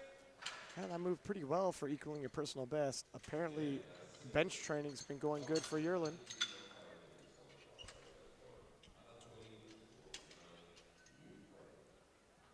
Anatoly of the Ukraine, 192.5. Novopitsmani attempted the squat world record. It was ambitious, but just a little out of reach. Still took the gold in the squat event with 320 and is piecing together a big total. Here's another 7.5 kilos towards that total if you can get this. Yeah, it's still under his personal best, so well within reach.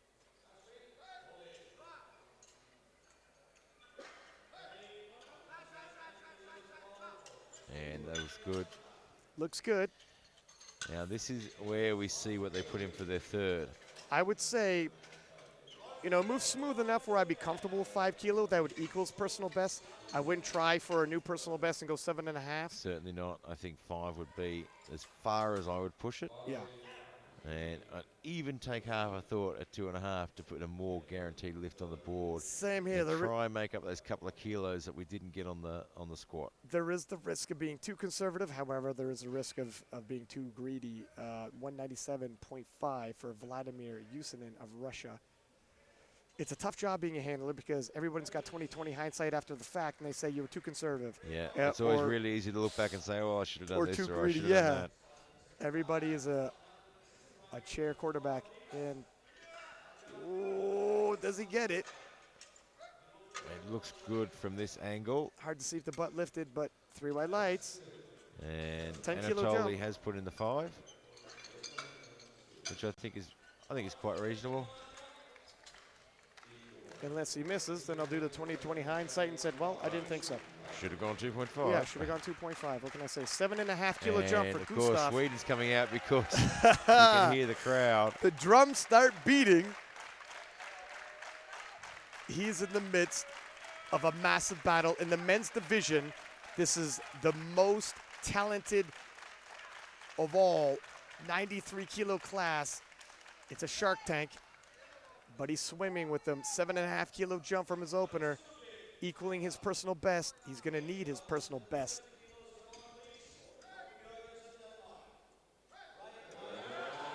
Oh, whoa. For equaling your personal best, 3 whites. Well, that's a smooth moving personal best, that one. Yeah. You know, give it to Team Sweden. In the squats, he's only one of 2 gentlemen to get all 3 squats in, and he got the most out. His 3rd attempt right on the money, and it looks like if they play their cards right, he might go 6 for 6. That's how you build your total. Yeah, those few extra kilos. 205. They add up fast at the end. Yeah, they do.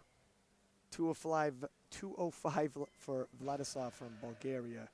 5 kilo jump. Extremely strong lifter.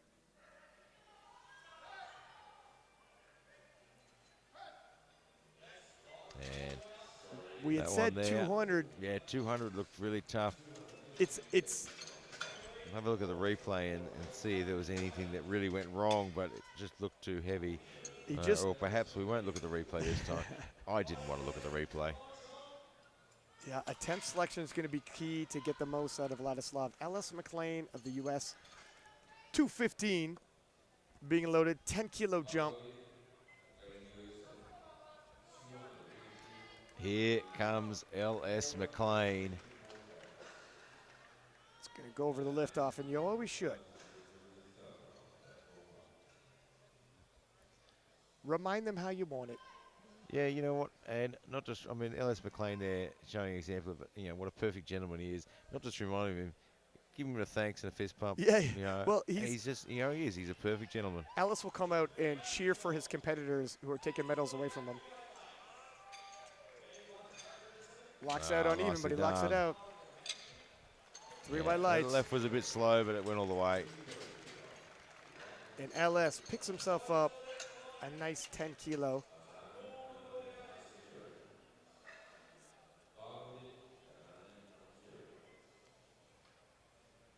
Amar from Algeria, 175 once again, missed it on his 2nd. Attempting to retake this now on his 3rd. Yeah, and I'm wondering if he's actually going to come out, because that 175 really, I mean, it didn't look like it was going to move. And I can see the US getting ready, so it looks like he won't be coming out. So we should throw us talking about gentlemen. That's a gentleman thing to do. Don't scratch. Allow the clock to wind down so your fellow competitors, even though they are competitors, have a little bit of breathing room and have a little bit of, you know, 1 minute extra. I mean, it's a sportsmanship thing to do. Leave it on the board. Gives everyone the extra minute. to recuperate a little bit, and it's a really good thing. And a flight like this, when it is moving quite fast, It is. We're getting to the bigger guys here. Recovery slower. It's a really good thing to do. It's the gentlemanly thing. So David Wilson is going to come out for his third attempt. And for David, when you have the big deadlift, it's kind of like every kilo gathered on bench is 2.5 more kilo you do not have to deadlift for the win. So here's 2.5 more kilo he would like to strip off his final deadlift.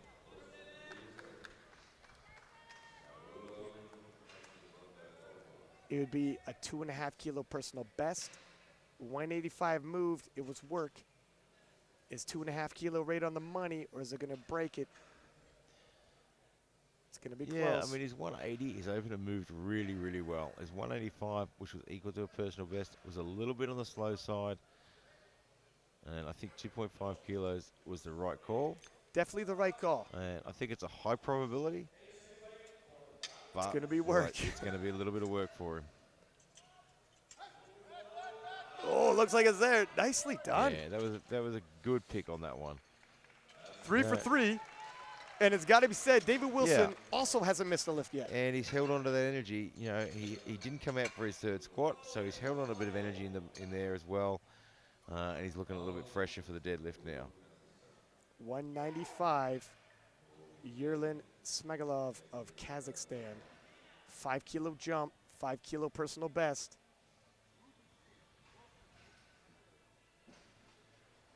Looking to go 3 for 3 as well.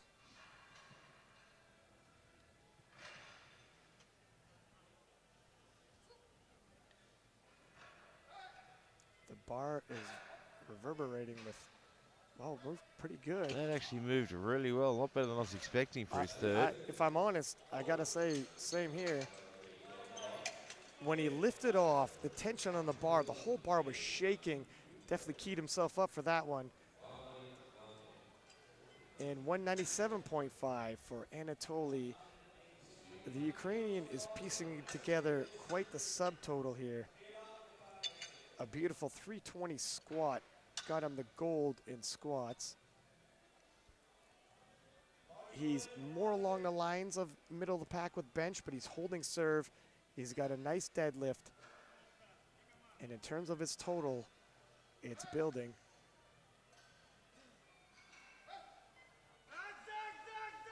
Nicely done. 3 for 3. Yeah, I mean, that's going to make up a little bit for that last squat of his. He's going to feel a little bit better with that one. He probably came off the squats, kicking himself a little bit for the putting that big number on. 3 from 3 on the bench is going to make him feel a little bit better, lift his game a little bit, lift his spirits. And positive momentum is always good to carry. If you're attempting and missing a lot, even if you're hitting your opener and it's a big weight, it wears on you mentally to be missing more than you're hitting. 200 kilo, Vladimir Yusin would like to hit and add 2.5 kilo to his total. Now, his 197.5 looked like work, but this is only 2.5 kilo add-on. It won't feel a heck of a lot more heavy, but how much has he got in the tank? No. And I think that looked better than his 197.5. I think so too. 3 white lights. And that's going to make up a lot. I mean, he had a rough time on squats as well. Missed a couple of squats. That's going to give him that momentum now rolling into the deadlifts. The success rate is a lot higher in the bench. I think the teams have adjusted and said, let's write this. We can't keep this pace. Yeah, I mean that's exactly right. Sometimes you start off really pushing, and then you think, hang on, we can't keep this up. Now, Gustav Hedlund for his third bench. 5 kilo jump sounds appropriate because he absolutely had no issues with 200 kilo. Getting the crowd behind him, and they're reciprocating with a chant. And this will temporarily give him the silver medal, I believe, bronze medal. Nicely done. Yeah, and good attempt selection there. 6 for 6 for the Swede. And he is having a banner day, Gary. It's not bad at all. The junior world champion looking to become the open world champion. And if you're going 6 for 6, well, you got to be on pace. He's certainly putting the pressure on. He's doing his best now. 205 once again for Vladislav. And looks like I don't think he's going to come out for this one. It's not a bad call. 205 didn't look very close in the second attempt. Yeah. Conserve the energy. Bench really does drain the energy. Well, we've got about 38 seconds, so I take a big shout out to our sponsors, Alico, continually raising the bar. And we talk about Alico, we talk about them raising the bar, and it's not just because they sponsor us. They're great supporters, but they're great supporters of the sport as well. They equip 6 to 7 competitions every year. I mean, and you look around the room here, all the equipment we've got. This is probably one of the biggest warm-up rooms we've ever had, all equipped by Alico Beautifully as well. decked out back there. Beautifully decked out. Yeah, and not just the equipment and the way they're equipped. Their equipment itself is the best on the planet. You take a 25-kilo Alico plate, put it on a set of scales, it weighs 25 kilos. Do that with a normal plate from the gym, and yeah, it could weigh 23, it could weigh 26. It'll be somewhere in there. You might be hitting a PR and not even know it. But you know, you go anywhere in the world to an IPF event, you're lifting on Alico, you are lifting the same weight you lifted it anywhere else in the world on Alico plates. They maintain the standard. And, you know, they're made to last. I mean, you show me a gym bar that can take the sort of punishment this one's taken in the last 2 weeks. And it'll last years. 220 kilo loaded for Ellis McLean's third and final bench. It's a 5 kilo jump. 215 looked like work. Yeah, look, it did. I think 220's there. I mean, Barry Piggott will go away with the gold medal. As we assume, you know, he's which was great to see. Yeah, and he was a heavy favorite to do so.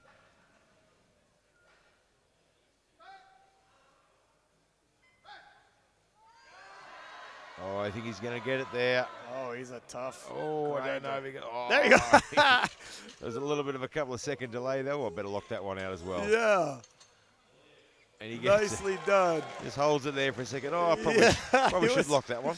It was the last bench of the day and probably the most dramatic. If it felt long for us for him to lock the last elbow, imagine how long it felt for that young man. Yeah. I mean, look, there wasn't a huge amount of drama in the bench. We didn't expect there to be a little drama. Squats, plenty of drama there. Only 2 guys getting in their third lift. Bench press, you know, the coaches, the athletes, by that stage they'd settled down, realizing they're not going to be able to keep up this pace the entire competition. And we've seen things settle down a little bit. Guys are getting some energy back in the tank now, getting ready to come out for that deadlift. And it's really going to come down to that. I mean, you look at Anatoly from the Ukraine. He's got himself in a good position at the moment, but he needs to manage that. Yeah, you know what? So Anatoly piecing together a beautiful day in terms of the squats and the bench. However, by far the biggest deadlifter of the field is David Wilson of the U.S. Has Anatoly made too big of a gap that Wilson can't bridge it? Well, the question comes down, though, has Anatoly is opening on a deadlift? How much room has he got to move? We know how much the U.S. has got to move. How much has he got to move? Because he's opening it at a weight where he's only going to be able to shift a few kilos. Then the gap's going to get narrow, and they're going to smell blood, and they're going to be able to load that bar up. And how about Sweden's own Gustav Hedlund, 6 for 6, the junior world champion, really building a solid case, if not for gold, definitely a medal threat. He's living up to the hype. He's definitely up there, moving in there for a podium finish. Well, we're going to find out in about 10 minutes' time. Get right back here, get on the edge of your seat, because this deadlift is going to get exciting. It's going to be fireworks.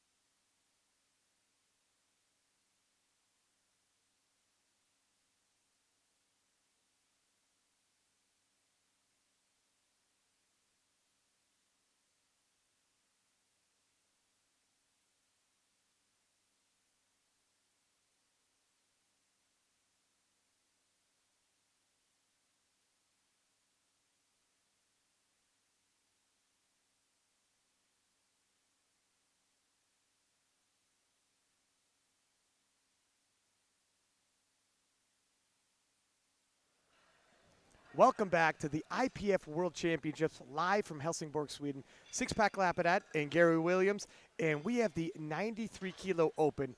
It's been a battle already, very tight, but things could shake up in the deadlift event. Yeah, look, I mean, it's one of those things. I mean, yeah, you can get on a nice lead there. Your predicted total says, yeah, I'm looking really good.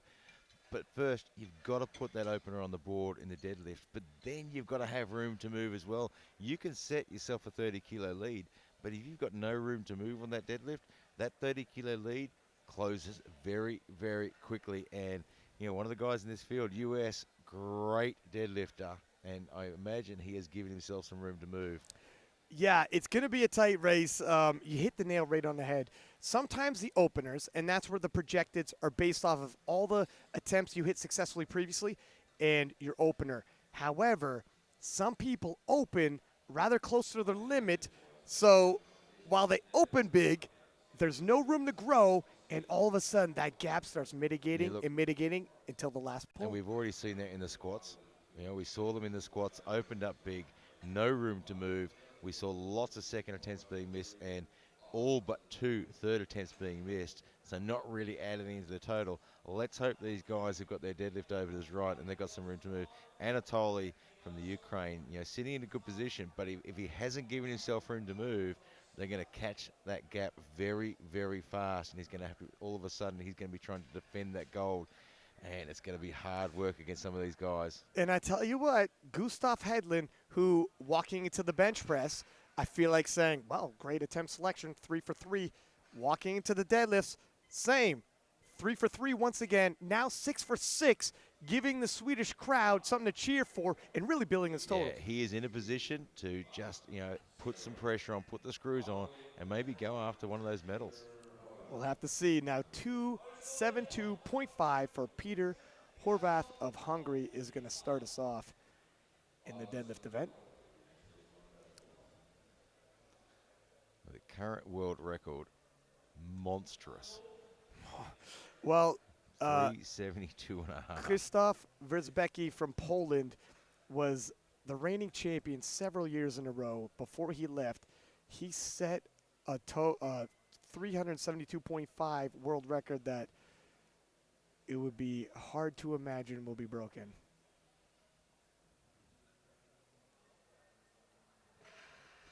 Yeah, I think that one's going to stand for a while. That's a nice one. That's what you want your opener to look like. Yeah, nice and smooth. Plenty of room in the tank.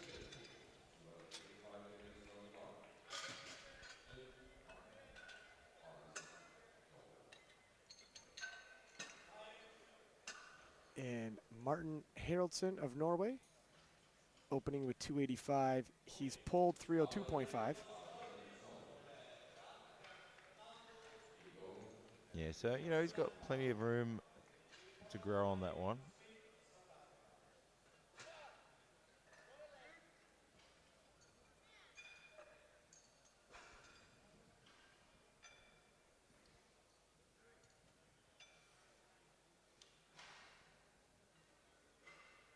Nicely done. As soon as you hit your deadlift opener, your total is solidified. You can no longer bomb out of the competition, and then you can start covering ground. You're not trying to cover ground with your opener. No, this is your safe one. You just want this is your safety net. You need to put it on the board. That way your total is there, guaranteed. And of all the lifts, the deadlifts really drain you and tax the nervous system. You don't want 3 big ones. You're probably not going to have 3 big ones. You're going to have 1, maybe 2. Pace yourself accordingly. And Barry Piggott of Ireland, 285.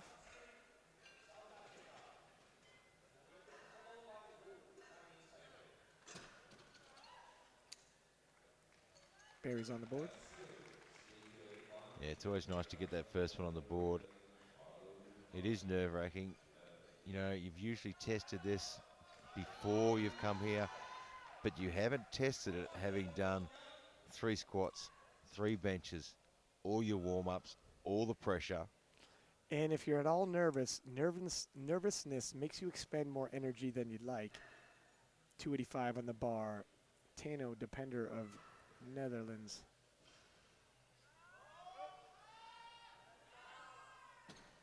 has a quick look at the chief referee there. Says, that's good enough. Yeah. Andre Midby of Norway, 285 as well. He's pulled 300 previously. I say 15 kilo below that. Yeah, when you're in the gym and you're hitting these weights and hitting these singles, you're not under the same duress. Nervousness really does make you expend more energy than you think, even just in the warm-up room. Some of the vets are seated, but some people can't stop moving. It's just a nervousness. Even when you're seated, it's hard to lower your heart rate, and you're constantly just burning more energy than you think. 285 looks good. Yeah, I mean, you do. You make a good point. I mean, managing your energy levels out the back, you know, warming in the warm-ups between your lifts and things like that. You know, I mean, you see some of them are sitting down, but, you know, some of the ones they're jumping around because they're so, you know, they're so excited. They're so anxious as well. You know, some of the guys are out there on Instagram, on social media. Oh, no, sorry. Well, I was seated when I was doing it. Well, no, you were. You were seated when I did at one point. Did nearly come out there and try and take your phone off you. You literally did come out. 300 kilo for Bugard from Netherlands.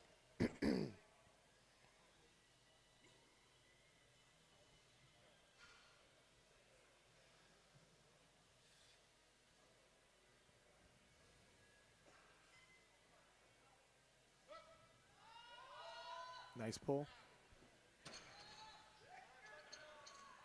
3 white lights.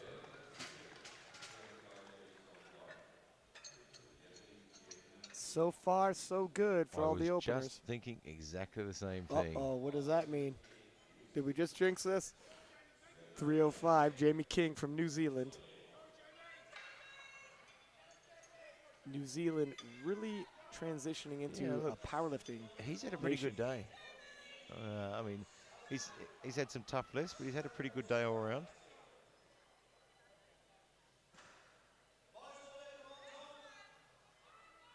A bit of work for an opener. Yeah, that lock wasn't extremely convincing. No. And you see one of the referees there has decided his knees just weren't quite locked. Yeah, and you're right, New Zealand's certainly developing into a very big powerlifting nation, and their teams are getting bigger and bigger. 305, Alexander Ouellette-Hebert. None other than Brett Gibbs yesterday, picking up a silver medal overall. Put on quite the show, battling it out with Russell Orhe, the new 83-kilo champ. It's battles like that entertaining, when people from New Zealand watch, they start telling themselves, I think I'd like to get in the mix of that. It helps the sport grow. Alexander's hit 330. No hard effort needed for 305. And it certainly is a growing sport. I had the chance to catch up with Gaston Perage, the IPF president, the other day. 116 nations in the IPF. Oh. Almost, in the next couple of years, we'll be at 120. Wow. And there's 66 nations competing here this year. Yeah, that's it's tough to rise to the top when the talent pool's that big. Tough competition. And we're in our second attempts now, 287.5, Peter Horvath. If you're watching, we have 2 flights for the 93-kilo class. We'll complete all 3 lifts for the first flight and move on to the second. Still under his personal best. Of 3,000 kilos? Yeah, I think there might be a little bit of a misprint there. I just looked over and I thought it was 300. It's Does that say 3,000 kilos? If it's the old, I'm going to lie, go big. So this should be easy. Yeah, I'm expecting this to fly base. I'm just off my calculations percentage-wise. He's still warming up. He's using up that clock. He is 13 seconds left.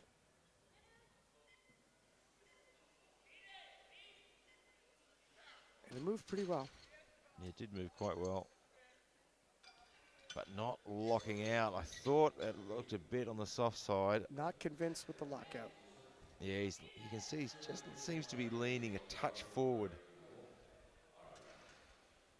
292.5. And Barry had an excellent bench session, picked himself up a gold medal. Yeah, he certainly did. He picks up a lot of gold medals in the bench. And looking to add 7.5 kilo on his dead. He's pulled 310 previously. Yeah, I mean, if this one moves well, he's given himself a little bit of room to move then. Previously, he was a weight class up, not a full-fledged 105er, but see if the weight cut sapped him a little. Oh, I think it has a little bit. That's definitely work. Yeah, that was a lot of work for an opening lift. But given that, his opening squat was a lot of work as well. I mean, that seemed like a lot of work for a first pull. That was a second attempt there. So he does have a second attempt, sorry. So, but it did look like a third attempt, though. Yeah, it did. There's not a lot of room. There's a lot of work for a second attempt as well. There's not a lot of room there. No, definitely, I would say 2.5 kilo, to be honest. Andre Midtby of Norway. 7.5 kilo jump. Now that moved pretty smooth. That moved very, very well. That's comparison. some room to move. Mm-hmm.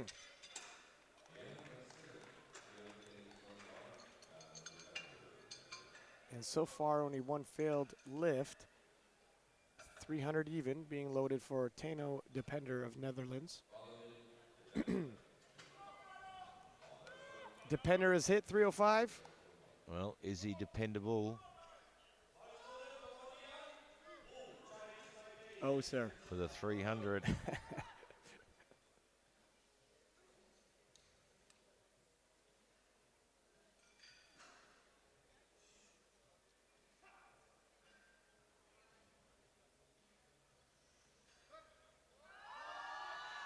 Moved pretty good. And that was a great looking sumo there. Slow off the floor, breaks the floor, and then just rockets up. Typical of the sumo pull, and that moved quite well. It's definitely got room in the tank. 305. Martin Haraldsson of Norway, 20 kilo jump. 2.5 kilo personal best.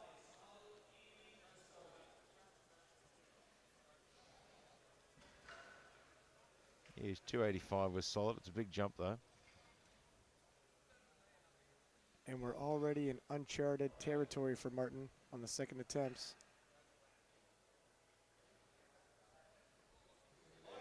And chief referee there just making sure they get all the talc off that. They've pulled out the IPF-approved Alico vacuum cleaner.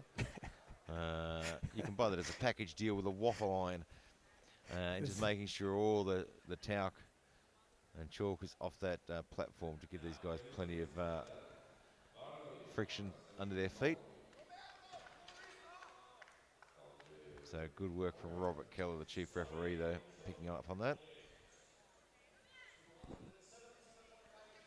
Just hope that was an Alico approved vacuum cleaner, IPF approved vacuum cleaner. I'm sure.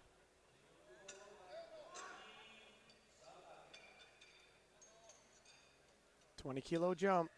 See if it slows him down any.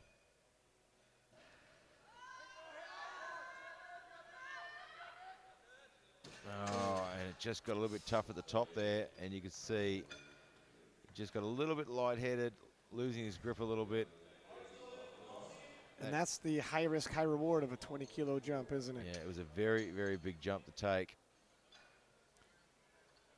He was close to lockout, about to get the shoulders back, hips through, knees locked, but he almost had it there. But he also almost passed out. And that's a tough negotiation. Yeah, that's a big high risk reward scenario there. Bogaard from the Netherlands looking to take 310. 10 kilo jump from his opener. This will match his previous personal best at 24. I'm sure he's full well capable of blowing by his personal best. He's having a pretty good day.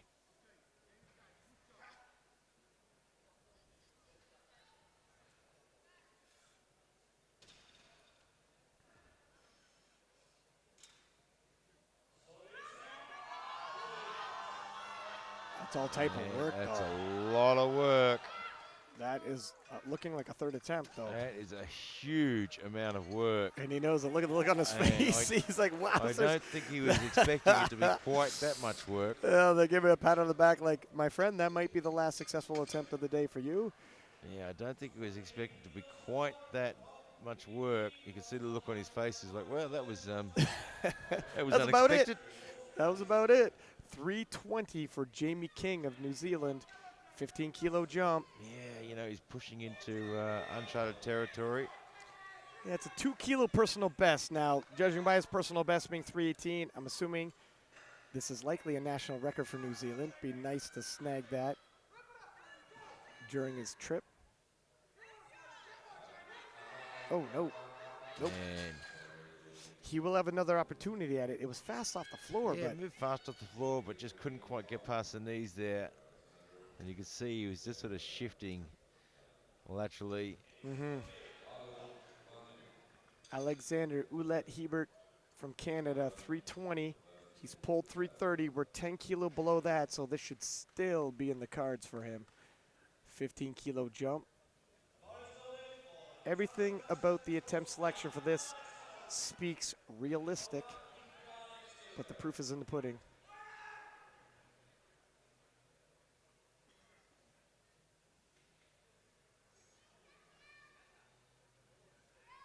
Nicely done. That looks very good. That's how you want it to look. Yeah. That's a good attempt selection for a second. So already got quite a few reds on the board. So we've got 3 reds in that group, and we got their thirds to come. Yeah, for the first third, 287.5. Horvath had missed this in the second. Looking to retake it in his third.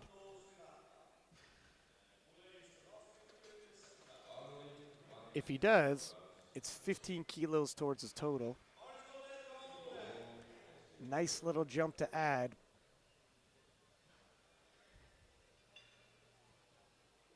The fellas are starting to get a little bit tired, Gary. Yeah, it's starting to run out of steam now.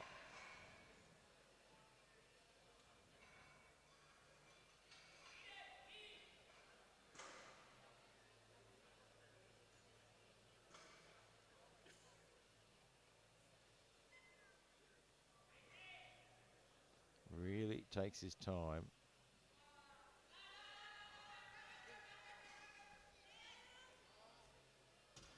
He might have it this time. Yeah, that lock looks a lot better.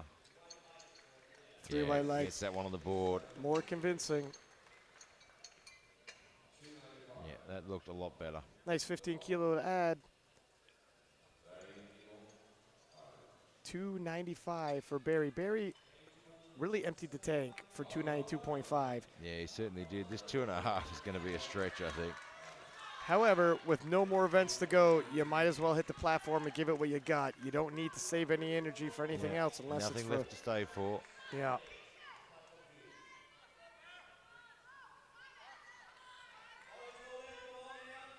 He's got 800 kilo even. He's got it moving. Oh, he He's is a still strong moving. lad. That Wow. looked more convincing in his second. Yeah, it did. Based off that, I would have said, well, you can throw on a little more room. Yeah. Coach was happy with that one. Going 3 for 3, and I'm glad he did come back out.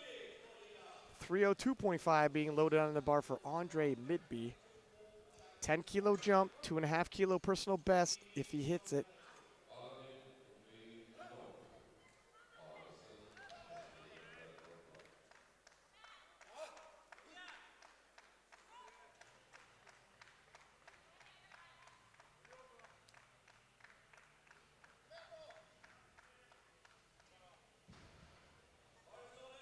Looking to go 3 for 3 as well and keep the trends in the third attempts.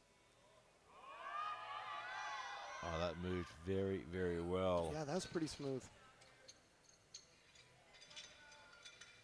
And it's a good lift. 2 to 1, good enough. Gives him a nice little personal best to take home with him. 3:05 for Martin Haraldson of Norway. Missed this on his second. But the Hungarian also missed his second, came back, hit his third.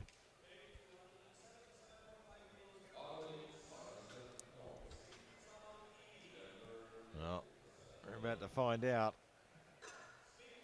Now, I'll just see if he's coming back out because he did get a little bit lightheaded on that last attempt. Yeah, and Looks like he might not be coming out for this one, I'd say. the other teams are already coming out, so opting, look it, didn't feel good. Yeah, look, everything didn't really go right on that one, and he got to the top, dropped it, nearly fell back, got a bit lightheaded. You know, and the coach has said, you know what? You've done enough. Yeah, it's not worth it. Yeah, sit it out. We're not going to put anyone at risk here. Lifter safety is paramount in the IPF. I mean, that's why we have these spotting teams. We always want to keep our lifters safe, and that's why they introduce new rules all the time to keep all the lifters safe, and we really make sure of that. So we'll roll that clock down. Yeah, and it also, as previously stated, it gives the other lifters that extra minute to recuperate. Obviously, everybody's pushing themselves, exerted a lot in the squat and bench, so that extra minute helps. 312.5 for Tano Depender of Netherlands. Hit 300. 305 is his previous best. This is going to be work. This is going to be tough. Oh, it's going to be work, all right. Because 300 was no easy. He worked for his last one. He's going to be working for this one too. 12.5 kilo jump after a tough 300 kilo pull. It's ambitious. Let's say ambitious is the word I'll use. It is definitely ambitious. An ambitious young man. Again, he's got no more lifts after this. Yeah, I mean, that's it. You haven't got anything else to do after this. You don't want to leave here not putting it all on the platform in the last lift. If he hits this, it'll be a titanic jump. He's going to have to find another gear for this to happen. Oh, stranger things have happened. Oh. He's got it moving well. Holy moly. He found that other gear all right. He found that other gear just in the nick of time. 3 white lights. Wow. Where did that come from? Gary, I would not have bet on it. Well, we've seen it time and time again, haven't we? Talk about confidence. When he went back there and told the coaching staff, throw on 12.5 more, they would have looked at him like, 12.5? I was going to throw on 2.5. I'm sorry. Did you stumble over your words there? Did you mean 2.5 more? But they let him have it, and he did his job. 315 for Boegaard of the Netherlands, 5 kilo increase. It's a 5 kilo personal best as well. Yeah, this one's going to be some work.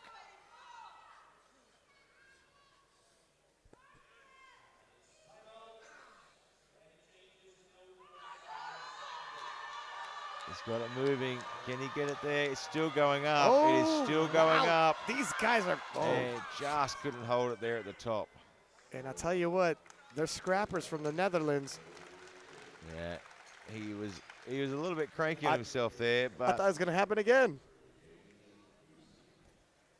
Putting on a show on platform 1 for us. Jamie King has 320 on the bar. 2 kilo personal best. It looks like it's going to be a New Zealand record. And if he brings the intensity that Team Netherlands did, anything's possible. Well, you know, when you see a couple of lifters before you scrap it out like that, it builds your intensity, it builds your emotion as well, and you get caught up in it.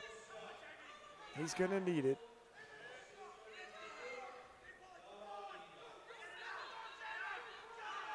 Oh, paused. Just didn't want to come past the knees.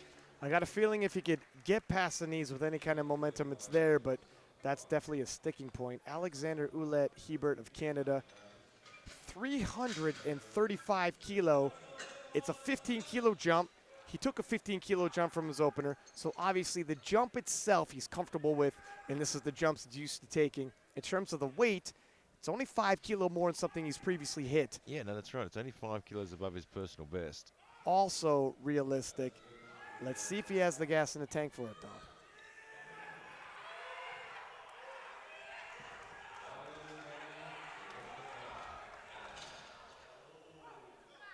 .335. Last lift of flight 1. We move into the second flight. Once again, starting at the openers. His previous 2 lifts have looked pretty good. Yeah, he's definitely paced himself. He hasn't overreached with his previous 2 lifts. The energy's there.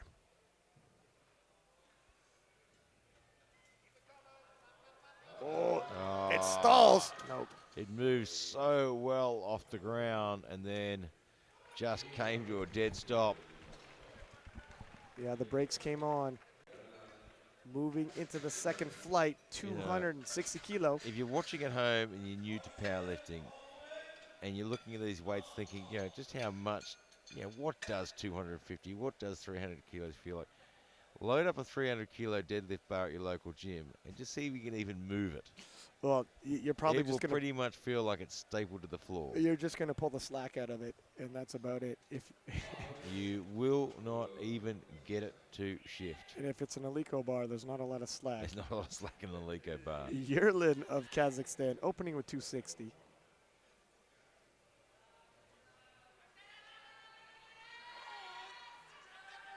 Nicely done. Yeah, it moved well. It was a bit out of shape.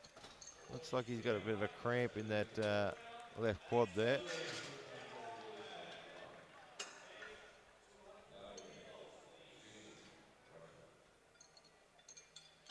He's on the board, though, and his total is secure. 290 for Vladimir Yusinin of Russia.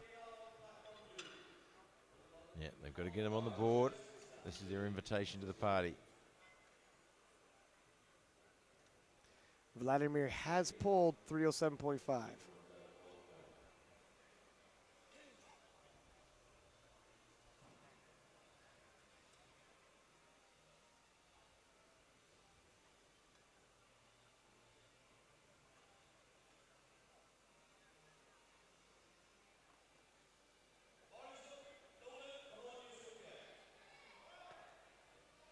Nicely done.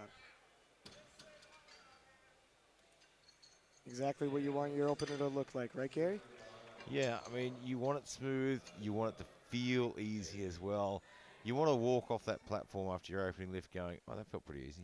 Yeah, the worst thing a coach hears after an opening pull is, it feels heavy today. Yeah, there's nothing quite worse than hearing those words. I mean, it's hard to believe that you walk off a platform saying 295 kilos feels easy, but relatively that's what speaking, that's where you want to walk off. And realistically, with all your openers, you want to walk off that platform going, oh, that was pretty easy. 295 for Vladislav of Bulgaria, and that was a good opener. You know, yeah, that absolutely flew up, didn't it? I think he's going to get more than his openers in his deadlift. Very strong lad. Left himself some room to grow. Amar Kanan from Algeria, 300 kilo even. He's pulled 320. Amar has a massive squat, ran into a couple twists and turns on his path to the squats. Yeah, it just didn't all quite go to plan, but he's got himself back on track. And he can still turn it around in the deadlifts. Well, no mucking around there. Leaving He's no still room. got 35 seconds on the clock, and he's finished. And 302.5 for two-time world champion, defending world champion, L.S. McLean. He's pulled 325. This should move smooth. Also had shaky squats, rebounded nicely in the bench press. Yeah, didn't have the best run on squats, didn't all go to plan for him. But he's a veteran, and he knows how to regroup. Pretty textbook opener.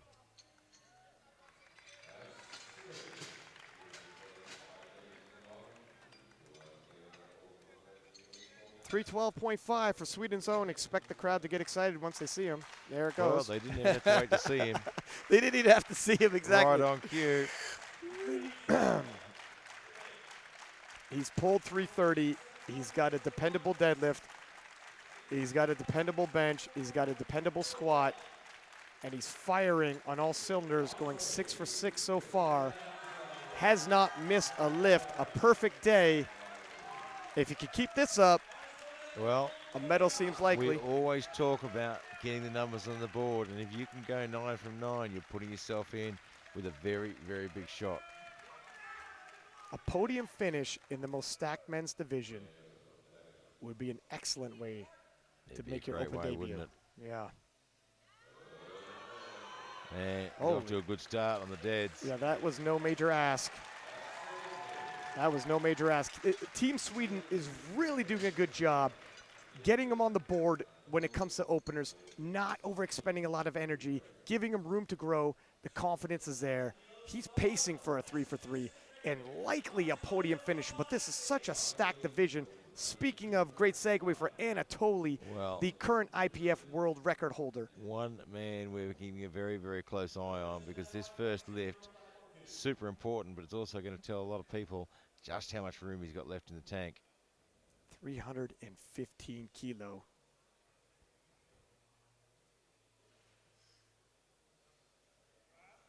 Looks good. Apparently there's plenty of room left in the tank. Looks good.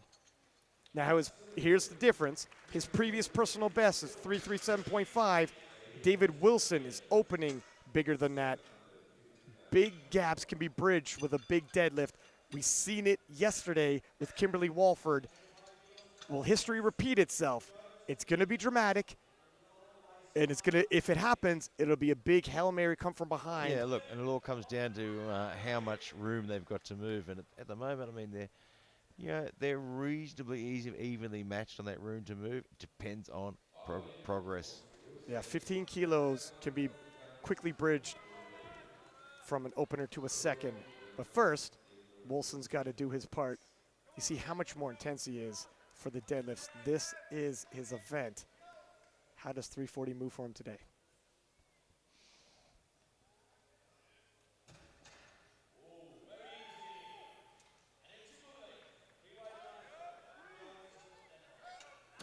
Pretty good. Moved well. It was a little messy at the top, but he gets the job done. I think he's a little excited. Yeah, a little bit, too excited. much intensity there. If you have a look at the top, especially for an opener, opener, bit messy. If you bring that kind of level of excitement when the weight's heavier, it actually solidifies you a little more when it's an opener and you're a little excited. Yeah, a little bit too much intensity there. Here's the other proposition when you pull, like David, very wide stance, toes out. If he's going to miss, it's likely at the top with the wobble due to balance. It's the negotiation. It's great for the levers, but at the top, it's going to be exciting right down to the very last pulls. The IPF approved vacuum cleaner there. Just making sure there's no more talc left on this platform. And a 30-kilo jump for Yerlin Smagalov of Kazakhstan. 30 kilos, it's a big jump. It is a very big jump. And, you know, his opener moved well, but he didn't look great. Yeah, I think he took a huge jump on his bench as well. I think 20 kilo. Yeah, and I think he's got a bit of a leg problem there as well. When he came off after his first one, he was grabbing at his left thigh. And I think that's affected him a little bit there as well. I know if I take big jumps, though, that exasperates any injuries. Absolutely. Yeah. I don't know if he's doing himself any favors, but he can't back down the weight now. He's got to retake that or just scratch his third. 305 for Vladimir Yusinin of Russia. Much more reasonable 15-kilo jump for him. It's just 2.5 kilo below his personal best, however. Depending how this moves, he'll give an indication where his limit is on the day. Yeah, 25 years of age, 5 years competing. Still got a very, very long time in this business. Well, that should pass. Not much room left, though. Not a big jump, that's for sure. Maybe 5 kilo? Yeah, I think 5 would probably be the stretch. 305 for Vladislav of Bulgaria. Vladislav had hit 295. Yeah, this will equal his personal best. 295 moved well. We thought it was a nice, easy opener. He needs to get a little bit of momentum here and getting some successful attempts, and he does. Well, that will help. Yeah, that'll help. That'll help That confidence. looked like an opener. And I like what? Ooh, Yeah, shoulders not back, I guess. Red lights. Must have been lockout there. Oh, there's a little wobble at the top. Yeah, I see. Right before the down Just command. before the down command. And Amar, 320, 20-kilo jump for the Algerian. It'll put him at an even 800-kilo total if he hits this with one more pull to go. And, yeah, the Bulgarian just can't seem to get attempts on the board. Yeah, he's strong, no question about that, but not a great day, technically speaking, for gaining attempts. Hard way to build your total, and that little slow. Oh, just can't quite hang on to it. Right at the lockout. That is a lot of weight to hang on to. And we're seeing a lot of misses for only second attempts right now, Gary. LS McLean, 322.5. It's only 2.5 kilo below his personal best. Hopefully LS isn't flying too close to the sun. It's a 20 kilo jump from his opener, which moved well.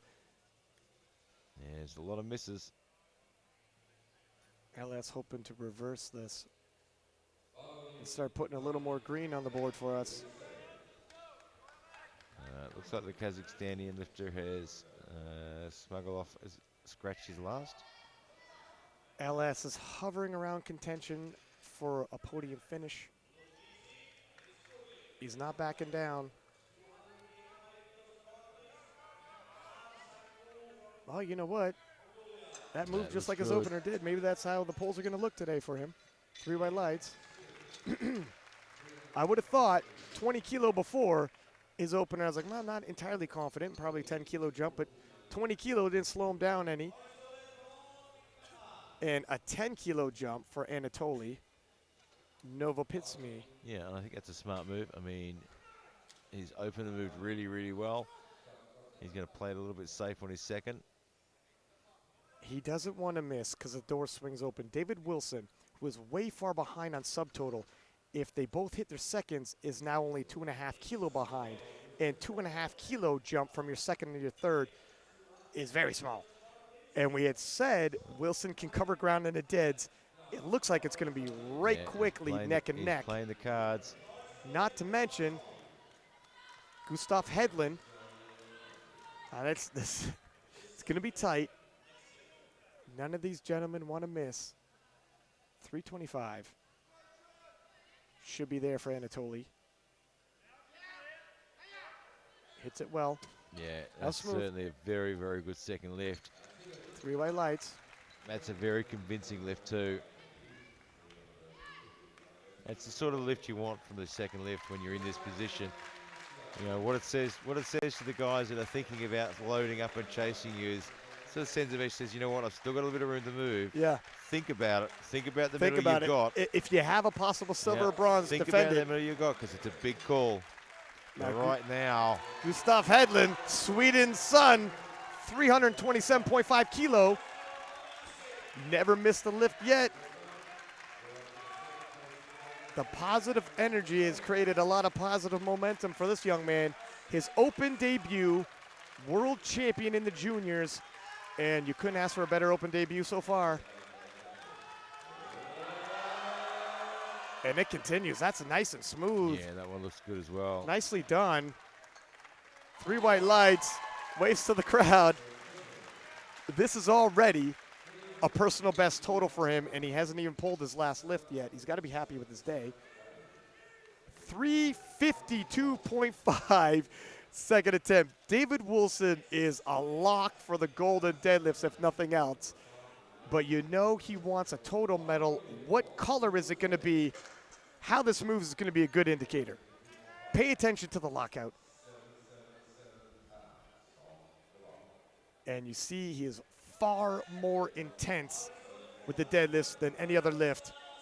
Yeah, he's brought some intensity for this one. He's going to need it. This is his biggest weapon, and it's a big weapon.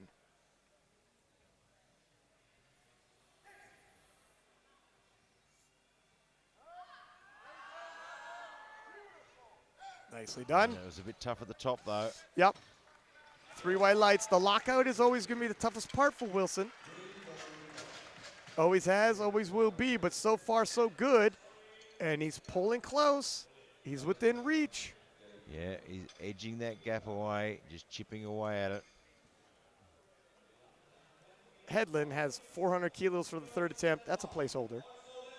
That's a placeholder.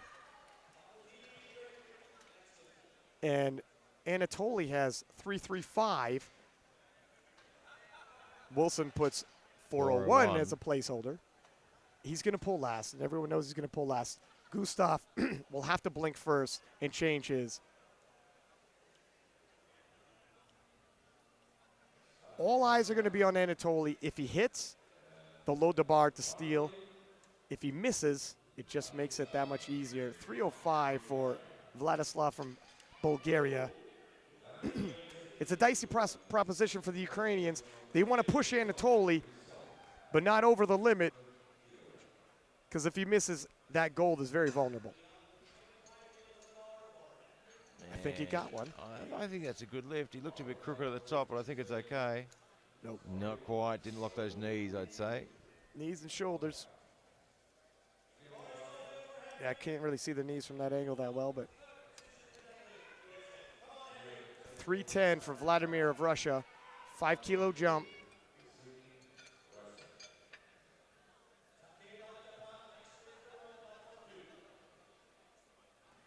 And L.S. McLean, if you're wondering, 340 for his final attempt.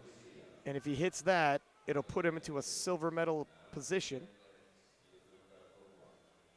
And if everyone else ahead misses their thirds because they're pushing each other, LS is back on the podium. We've seen the success rate for thirds very low. That's the way he's playing it.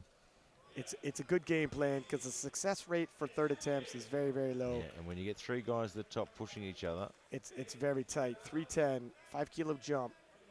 And Vladimir just can't manage it. Just can't quite lock that one up. Yeah, he's a little upset with that one. Knows he could have got it.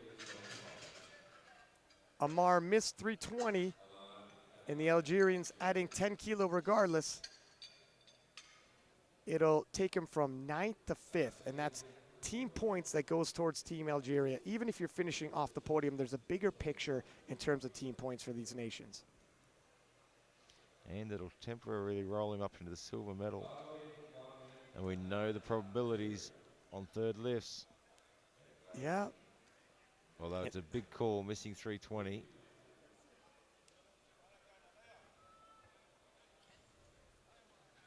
Although it was all on technicalities, I believe. They're weighing their risks for the reward, and they think it's nope. And decided that Moot one point. just wasn't going to go the rest of the way. So L.S. McLean will take 335. It'll temporarily put him into a bronze medal position, podium position, and he's thinking, if these guys push each other and miss their seconds, or pardon me, their thirds, I'm walking away with a medal. It's my best shot. It's my best hope. Yeah, so Gustav played first. He's put down to 337.5 now. And if Gustav hits that and the other gentleman miss, he's the world champion. It's a dicey game. He weighs in lighter than Anatoly, doesn't he? Yep. He weighs in lighter. So look at Wilson and Anatoly can push each other to putting something on that they can't hit. If Hedlund stays in the pocket, goes 9 for 9, he could be a world champion here. But first, L.S. McLean, 335 loaded on the bar for him, putting him in third overall and a silver on deads. Tells the crowd, yeah, please, give me the cheers. I'll need it. Couple medals at stake. Nope, a little too much today. And just a little too much today. He's had a big day, though. And I do think it was a proper attempt selection. You might as well pull for a couple medals if you can. Yeah, look, I think it was worth a try. So right now, world total record. Yep, if he hits this, he breaks his own world total record of 850, bumping it to 852.5. It's a 10 kilo jump from his second, 2.5 kilo below his personal best. If he misses, the door swings wide open for the Swede and the American. Yeah, this lift is make or break for everyone. His world championship hopes hinge on this last pull. He knows it, and so do the other nations.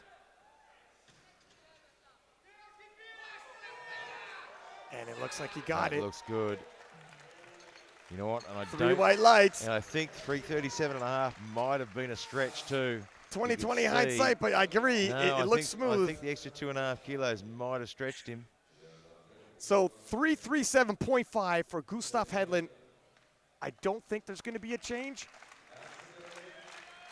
No, I haven't seen them walk to the table. So this will put him into a silver medal in deads, silver medal overall. Having a phenomenal day, has not missed a single lift for his open debut in his home nation. He's going to finish on the podium regardless. What color will his medal be? Well, he's been good all day. Let's hope he can keep it up. He's got the crowd behind him. This is a big personal best for him. Whoa! Oh! Tons of heart. Can he get the shoulders back? And just couldn't quite lock it, but he gave it everything he had. Oh! 2-1. 2-1. 9 for 9. Wow. He gets it on the board. And the crowd is loving it. 3:37.5. That was a massive 9 for 9. Wow. Yeah, I guess he is straight up. So Wilson now pulling 3:67.5. This would nudge him ahead of Headland by 2.5 kilos. So he's conceding the gold, but wants the silver, and he's on the podium regardless. This would obviously give him the deadlift gold medal as well. 2 medals at stake here. He's got a podium medal. What color is it going to be? Bronze or silver? For David Wilson. 3:67.5. It's a big pull. If anyone can do it, it's this man. It's 2.5 kilos over his personal best. All right, so what's going on at the moment is, the US team is coming to the jury. They're actually putting in a protest by the look of it. Of Headland's last deadlift. Headland's last lift. I think they thought the shoulders weren't full back. It was a close call right there. So there's just a little bit of a hold up to see what's happening. Yep. And so the protest is in, they're reviewing it now. And it makes a big difference because if Wilson can strip some kilos off the bar, yeah. It also makes it just that much more dramatic. So I'm just seeing, yep, looks like there's no change in that. They've decided that it's a good lift.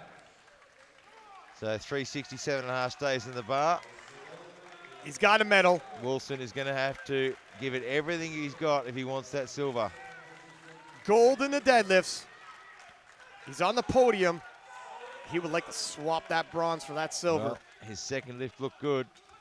His second lift looked so good, it was even possible that he could have had it in the tank to go further. Look, at sky's the limit for this young man when it comes to the deadlifts. He's got it moving. It's moving. And just a little too much couldn't today. quite get there. A little too much today. He gave it everything he had. Bronze medal. What a dramatic overall finish, though. What a dramatic finish. Yeah, Anatoly holds on to the gold medal, gets his new total world record, establishes himself as an absolute force in this weight class, but it doesn't end without controversy. Gustav from Sweden gets himself a silver in front of his home crowd. Listen, it's not sports if there isn't just a stitch of controversy. Give people something to talk about, but you can't deny 9 for 9, his very first competition in the open class at the world stage, and it's 9 for 9. The home crowd appreciates, and a silver medal while swimming with sharks. Yeah, look, it doesn't get better than that. 9, we talk about it all the time. You've got to get the numbers on the board.